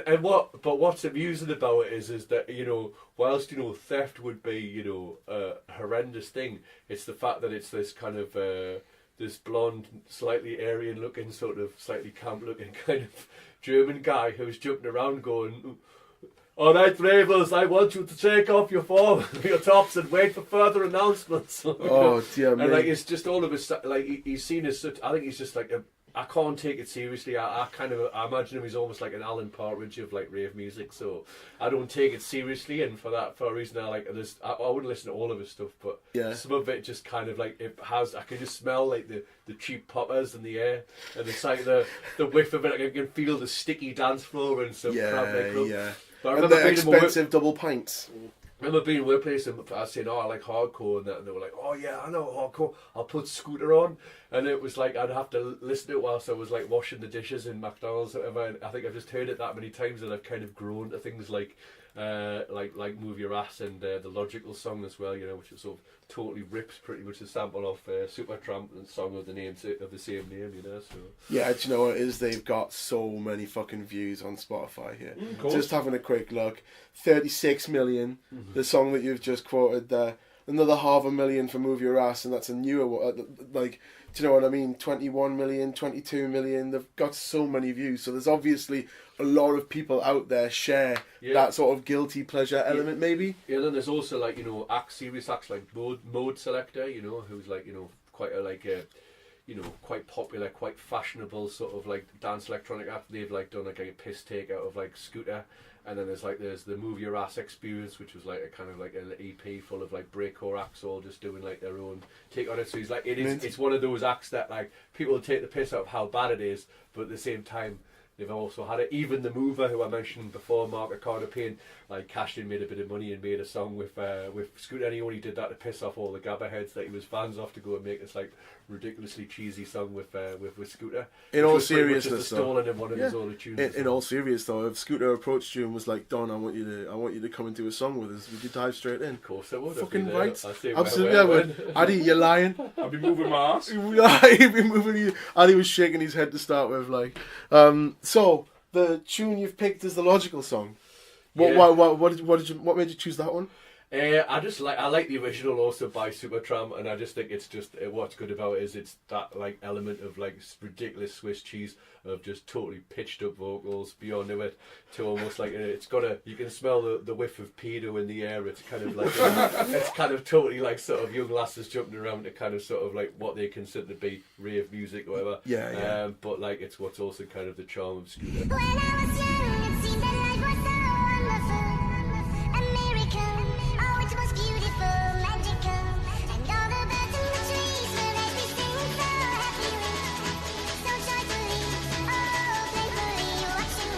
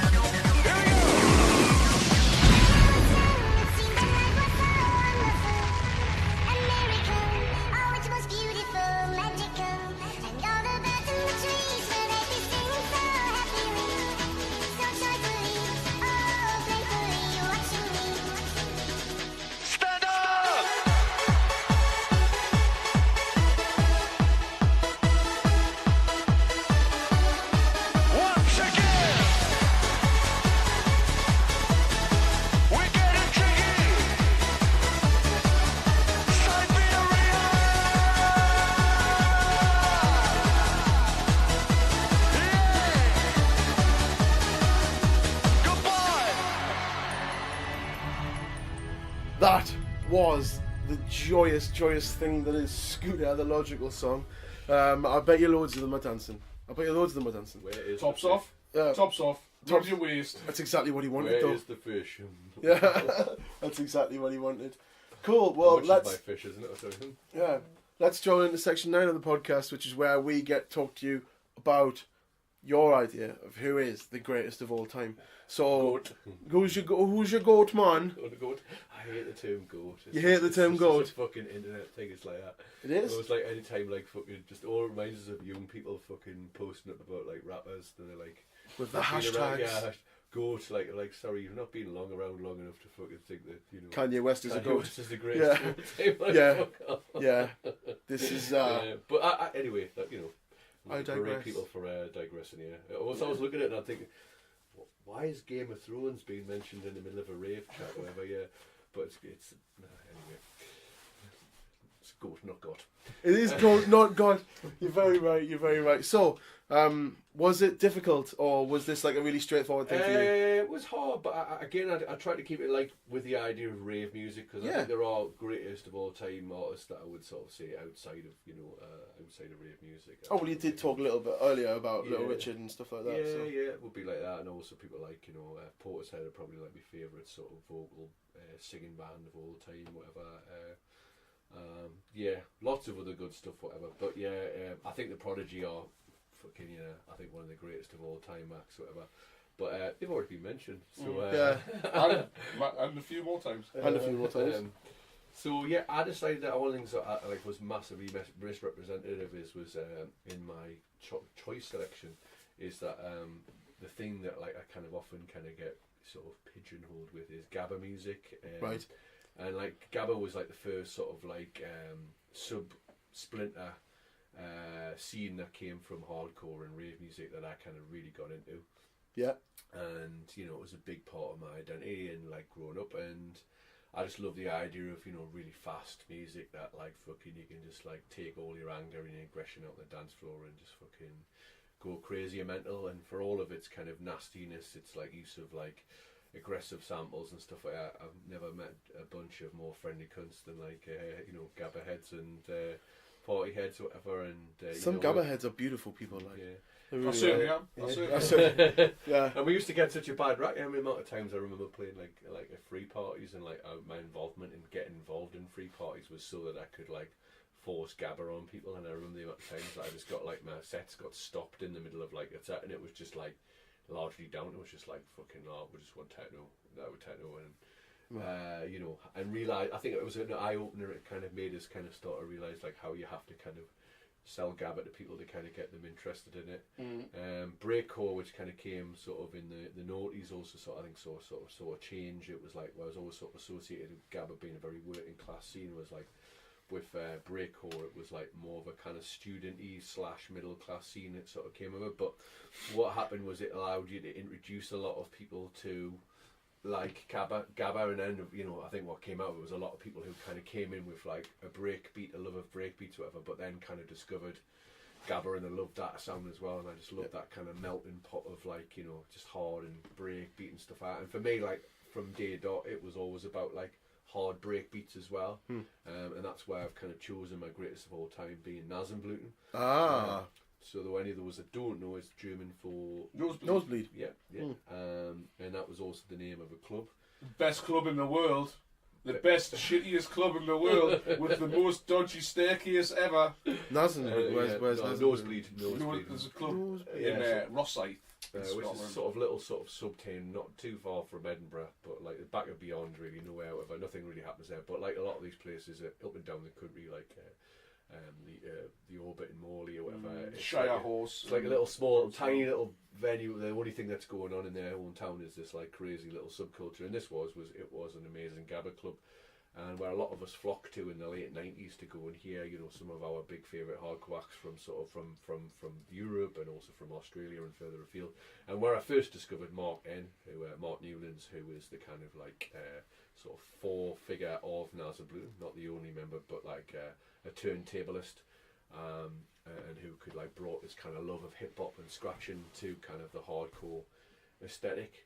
And what I love about Nasenbluten and also Xylocaine, which is kind of Aaron Levinsky's, who's one of the members' sort of side project, whose sound is very evident on some kind of Nasenbluten songs, and one of the ones that I've chosen for my choice selection is definitely got Aaron Levinsky sound influences in it. Is that it's just very noisy. And one of the things I dislike about modern day Gabba is that, and also crossbreed, which is the kind of breed over Gabba in sort of drum and bass, is that a lot of the noise comes from the percussion, like from the kick drums, and obviously digital sounds have made things a lot louder and stuff like that. A lot of early Gabba records didn't have the best pressings or whatever, but what was better was just the noise, the actual sonics of it. And I loved listening back to sort of Nasenbluten stuff as it goes back to things I was talking about before, the rawness, that really raw sound that you can only get from an Amiga. Amigas were made so much early hardcore. Amigas are amazing. Yes, I've still got 2 in my loft. There's one underneath the stairs just here. Yeah, there's something about that sort of crunchy early sound that's and just. What Slipmatt started making his first tunes on as well. Yeah, as he said in the podcast the other day, didn't Mark say that he'd moved four or five Amigas into his house? I don't quote me on that. I've probably got that one wrong. Also, some modern day jungle artist. I forgot whether who's using Amigas in their music and stuff like that. There was some artists in the day using loads and loads of effects box or whatever, but it's just that tracker sound gives us such a on the point crunchy 8-bit shit. Yeah. Another thing I liked about it was unlike other Gabba stuff that whilst it had it did have lots of elements a lot of the swearing and sampling of things like that is that they took everything. It was all the hip hop that I loved, Tim Dog, who was fucking one of the kind of underrated. When people go, who are you into, Biggie or Tupac? I'm into Tim Dog, who's the best swear fest early rapper, from New York rather than from the West Coast. But I think our first memory of Addie, actually, or one of the first memories of connecting with Addie was him playing a DJ set and playing the second Nasenbluten album, which had loads of the 3 songs on it which sample Tim Dog. Yeah, and I can remember swearing about it and going like that and totally being in awe of Addie playing it. I was like that, and I was like, oh, this is Tim Dog, and Addie knew what that was at the same time, but he was kind of educating me by playing this Nasenbluten record that I didn't have, but with a Tim Dog sample, and I was educating him in where the sample came from and stuff. You do know what you've just done, didn't you? You just gave him fuel. He now knows. Look at the smirk on his face. He's already a habitual line stepper, and you've just gave him another line to jump over, wagging his cock at someone. I'm always going to be that. saying you admired him from afar, from a distance. Anyway, yeah, I loved it. Also, the big thing was that a lot of my friends hated Gabba, and I always found with Nasenbluten it was the one kind of bridging sort of album that I could put on, maybe meet them, because there's a lot of hip hop samples, there's a lot of break beats that I like that. There's a lot of and there's a lot of humour. So that wasn't something that was evident in a lot of Gabba. There's a lot of things. So Martin Newland sampled loads of state radio, and a lot of stuff that probably stands quite counter to what his own political viewpoints are. So you'd have stuff that was very kind of the establishment figures, whatever, voiceovers, and I just love all of that. And then also just crazy samples that like good hip hop. It makes you want to know where the samples come from, and in doing so you find where the originals are, and then you discover and actually realise that this version of the song, there's a sample in it which in this remix of Concrete Compressors, a track features a song that featured in a Tribe Called Quest, sorry, not Tribe Called Quest, De La Soul is Dead, where the song actually comes from, so I also made us explore that album more, and definitely probably my second favourite De La Soul album. But yeah, I love it, and I think they're greatest of all time because they were punk, but for the punks of the fucking hardcore scene in the Gabba scene. So if you don't know Nasenbluten, go and check them out. This is a fucking quite a rare tune, quite a hard one to find, isn't it? Yeah, although it did kind of. It is now. It's been released and re-released. Yeah. So on industrial strength. Yeah, so maybe the label was that they were mainly known for was their own Bloody Fist, but this was on something called Mouse Records. This is Concrete Compressor remix by Nasenbluten. I'll make them pay. How's this for starters?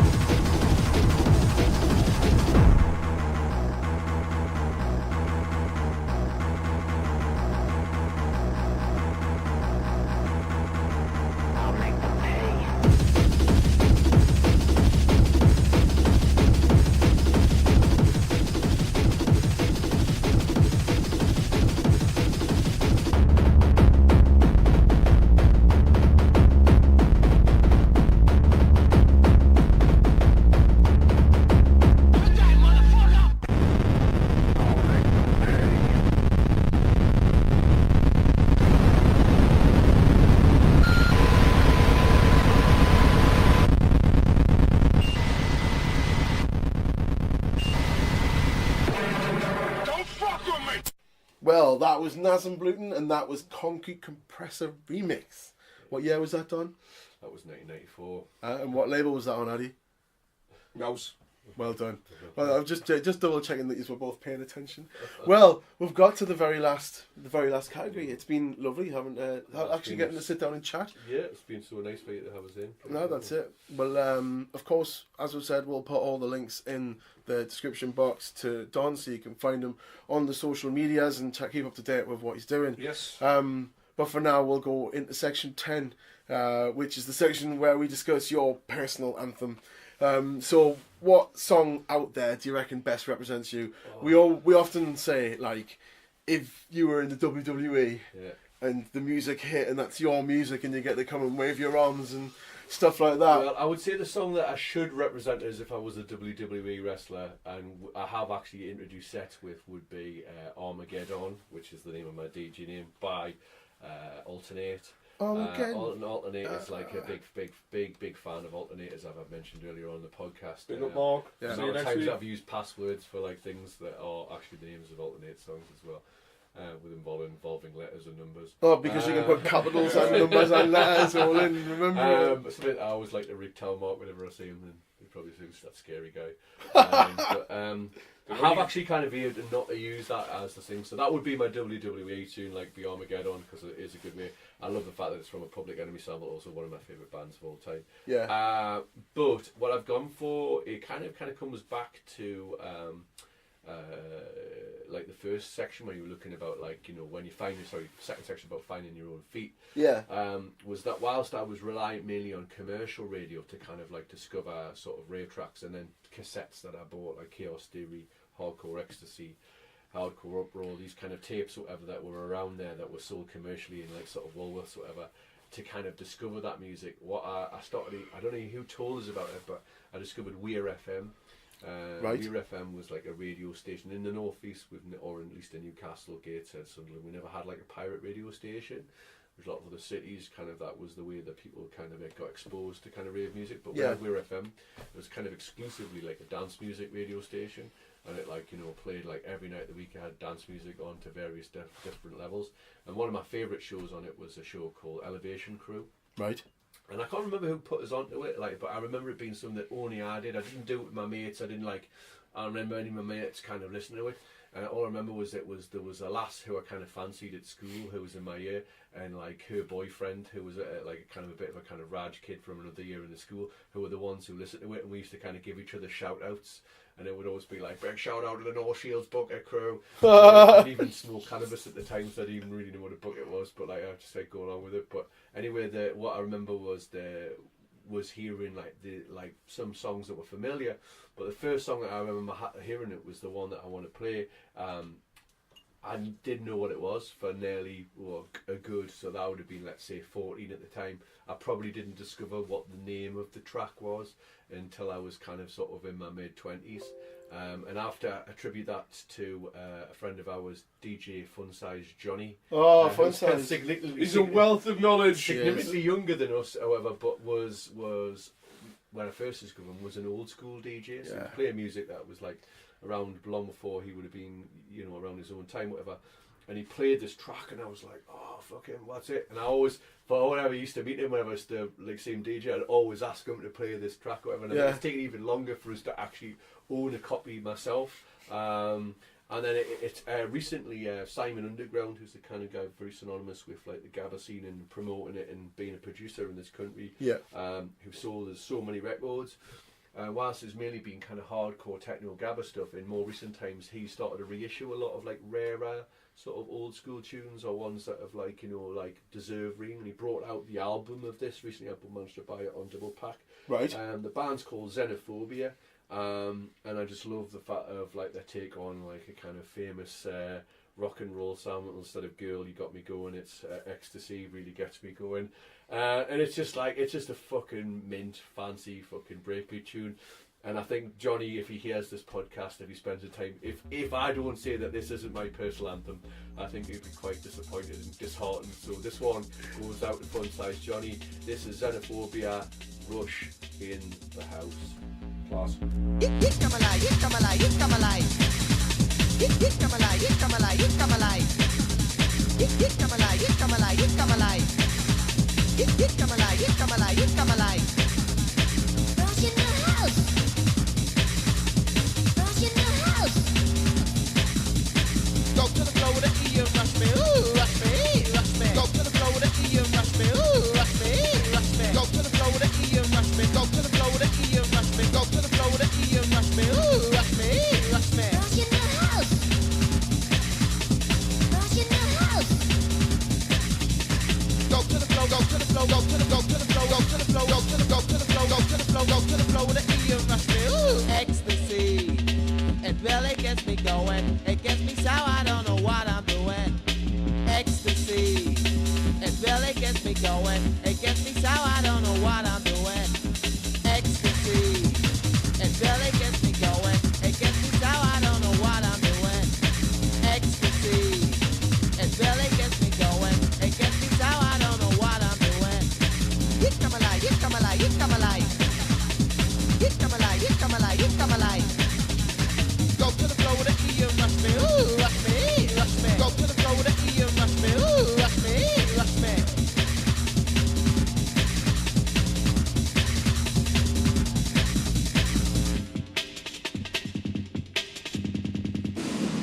It's time to bring on the rush.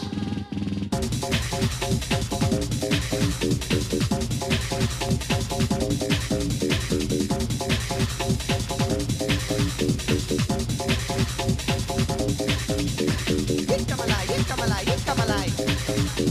Go to the floor with the E and rush me, ooh, rush me, rush me. Come alive, come alive, come alive. Go to the floor with the E and rush me, ooh, rush me, rush me. Rush in the house.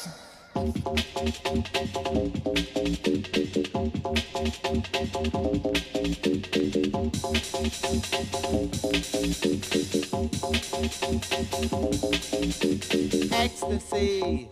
It really gets me going. It gets me sour, I don't know what I'm doing. Ecstasy. It really gets me going. It gets me sour, I don't know what I'm doing. Come alive, come alive, come alive. Come alive, come alive, come alive. Come alive, come alive, come alive. Come alive, come alive, come alive. Time to bring on the rush. Time to bring on the rush. Woo, beat it, beat it. Let's go. Go to the floor, go to the floor, go to the go to the floor with the E and rush me. Go to the floor, go to the floor, go to the go to the floor with the E and rush me. Go to the floor, go to the floor, go to the go to the floor with the E and rush me. Go to the floor, go to the floor, go to the go to the floor with the E and rush me. Ooh, rush me, rush me, ooh, rush me, rush me, ooh, rush me, rush me, ooh, rush me, rush me, ooh, rush me, rush me, ooh, rush me, rush me, ooh, rush me, rush me, ooh, rush me, rush me.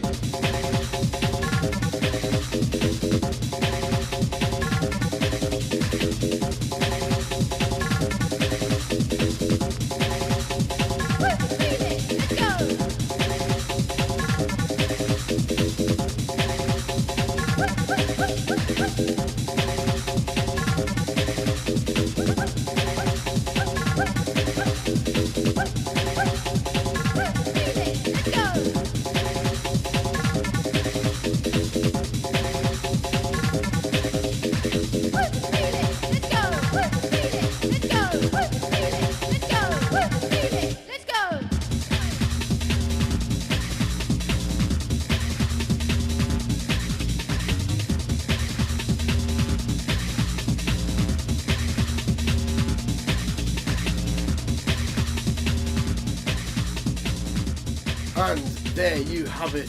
That was Xenophobia Rush in the House. We are rushing in the house. We are rushing Come alive, come alive. Get in. Well, it's been really nice to sit down and chat with you. I know we've been saying we're going to get you on the podcast for a while, so it's nice to finally actually do it and sit down and have a bit of crack. And as we've said, we'll put all the links to your social medias and stuff in there. Have you got anything left you want to say to the audience? Yeah, don't stop raving. Well done. There you go. Like simple, short, sweet, spot on. Thank you very much. It's been an absolute pleasure having you here. Okay, thank you, lads. No bother. Well, Addie, we seem to have successfully negotiated yet another one of these podcast things. That would would certainly have. That was fantastic. That was episode 17 of the Hardcore Histories. Wow. Overall, that is episode 23. We've done so many episodes now. We've got so many more to come. Yeah, we've got more things planned in the future. We've got lots coming up for you. So keep tuned in. You can, if you want updates, you can join us on Facebook, on the Rave. You can join us on Twitter on the Rave. You can join us on YouTube. You can join us on Instagram. It's my fucking favourite. And he loves a picture. He loves a picture. That's his medium of speaking. He only had flash books when he was a kid, the little picture books. Didn't actually read the words, he just chewed them out. Aye, and I like wanking. You just had to throw that one in there with a cheeky grin. We've made it to the end of another podcast, and that means it's time for Addie to get scientific. And he's thought a little bit out of the box today, haven't you? Well, I know we've mentioned Prodigy a lot on this podcast so far, but I think it's topical and it's valid. But I had to get a science Prodigy track, and I went through the remixes, legitimate remixes, that is, and none of them were floating my boat. None of them were quite sciencey enough, were they? Not sciencey, not enough, you know. So we delved into the extended world of the internet. And found a young lad from Sweden. He's called Captain Raveman. Which is totally fitting with our content. Captain Raveman. And he did a remix of Outer Space. It's called the Duke It with Raveman remix, and I give you the UEP 99.9% guarantee that this is a scientific bastard. So reach out and give him some love. He's on Facebook. I'll be posting links to his SoundCloud, his Facebook. Go be his mate. Yeah. His cush. Yeah, well, that's it. Anyone who's in the world of Rave, and it goes by the name that he Captain Raveman! Yeah, that's it. He's a shoe-on to get played. So here is his remix. Thank you for tuning in to me and Addie on this podcast. It's a very emotional podcast. It has been an emotional podcast. Rest in peace, Mr. Keith Flint. Now we are all off the Rave. Well, Addie's about to go off on the Rave, aren't you? For Bangface, yes. Yeah, Addie's off to Bangface. So that's next week, though. That's next week. Yeah. Oh, in fact, it's the day this drops. The day of the podcast. Even make people listen to this. Yeah.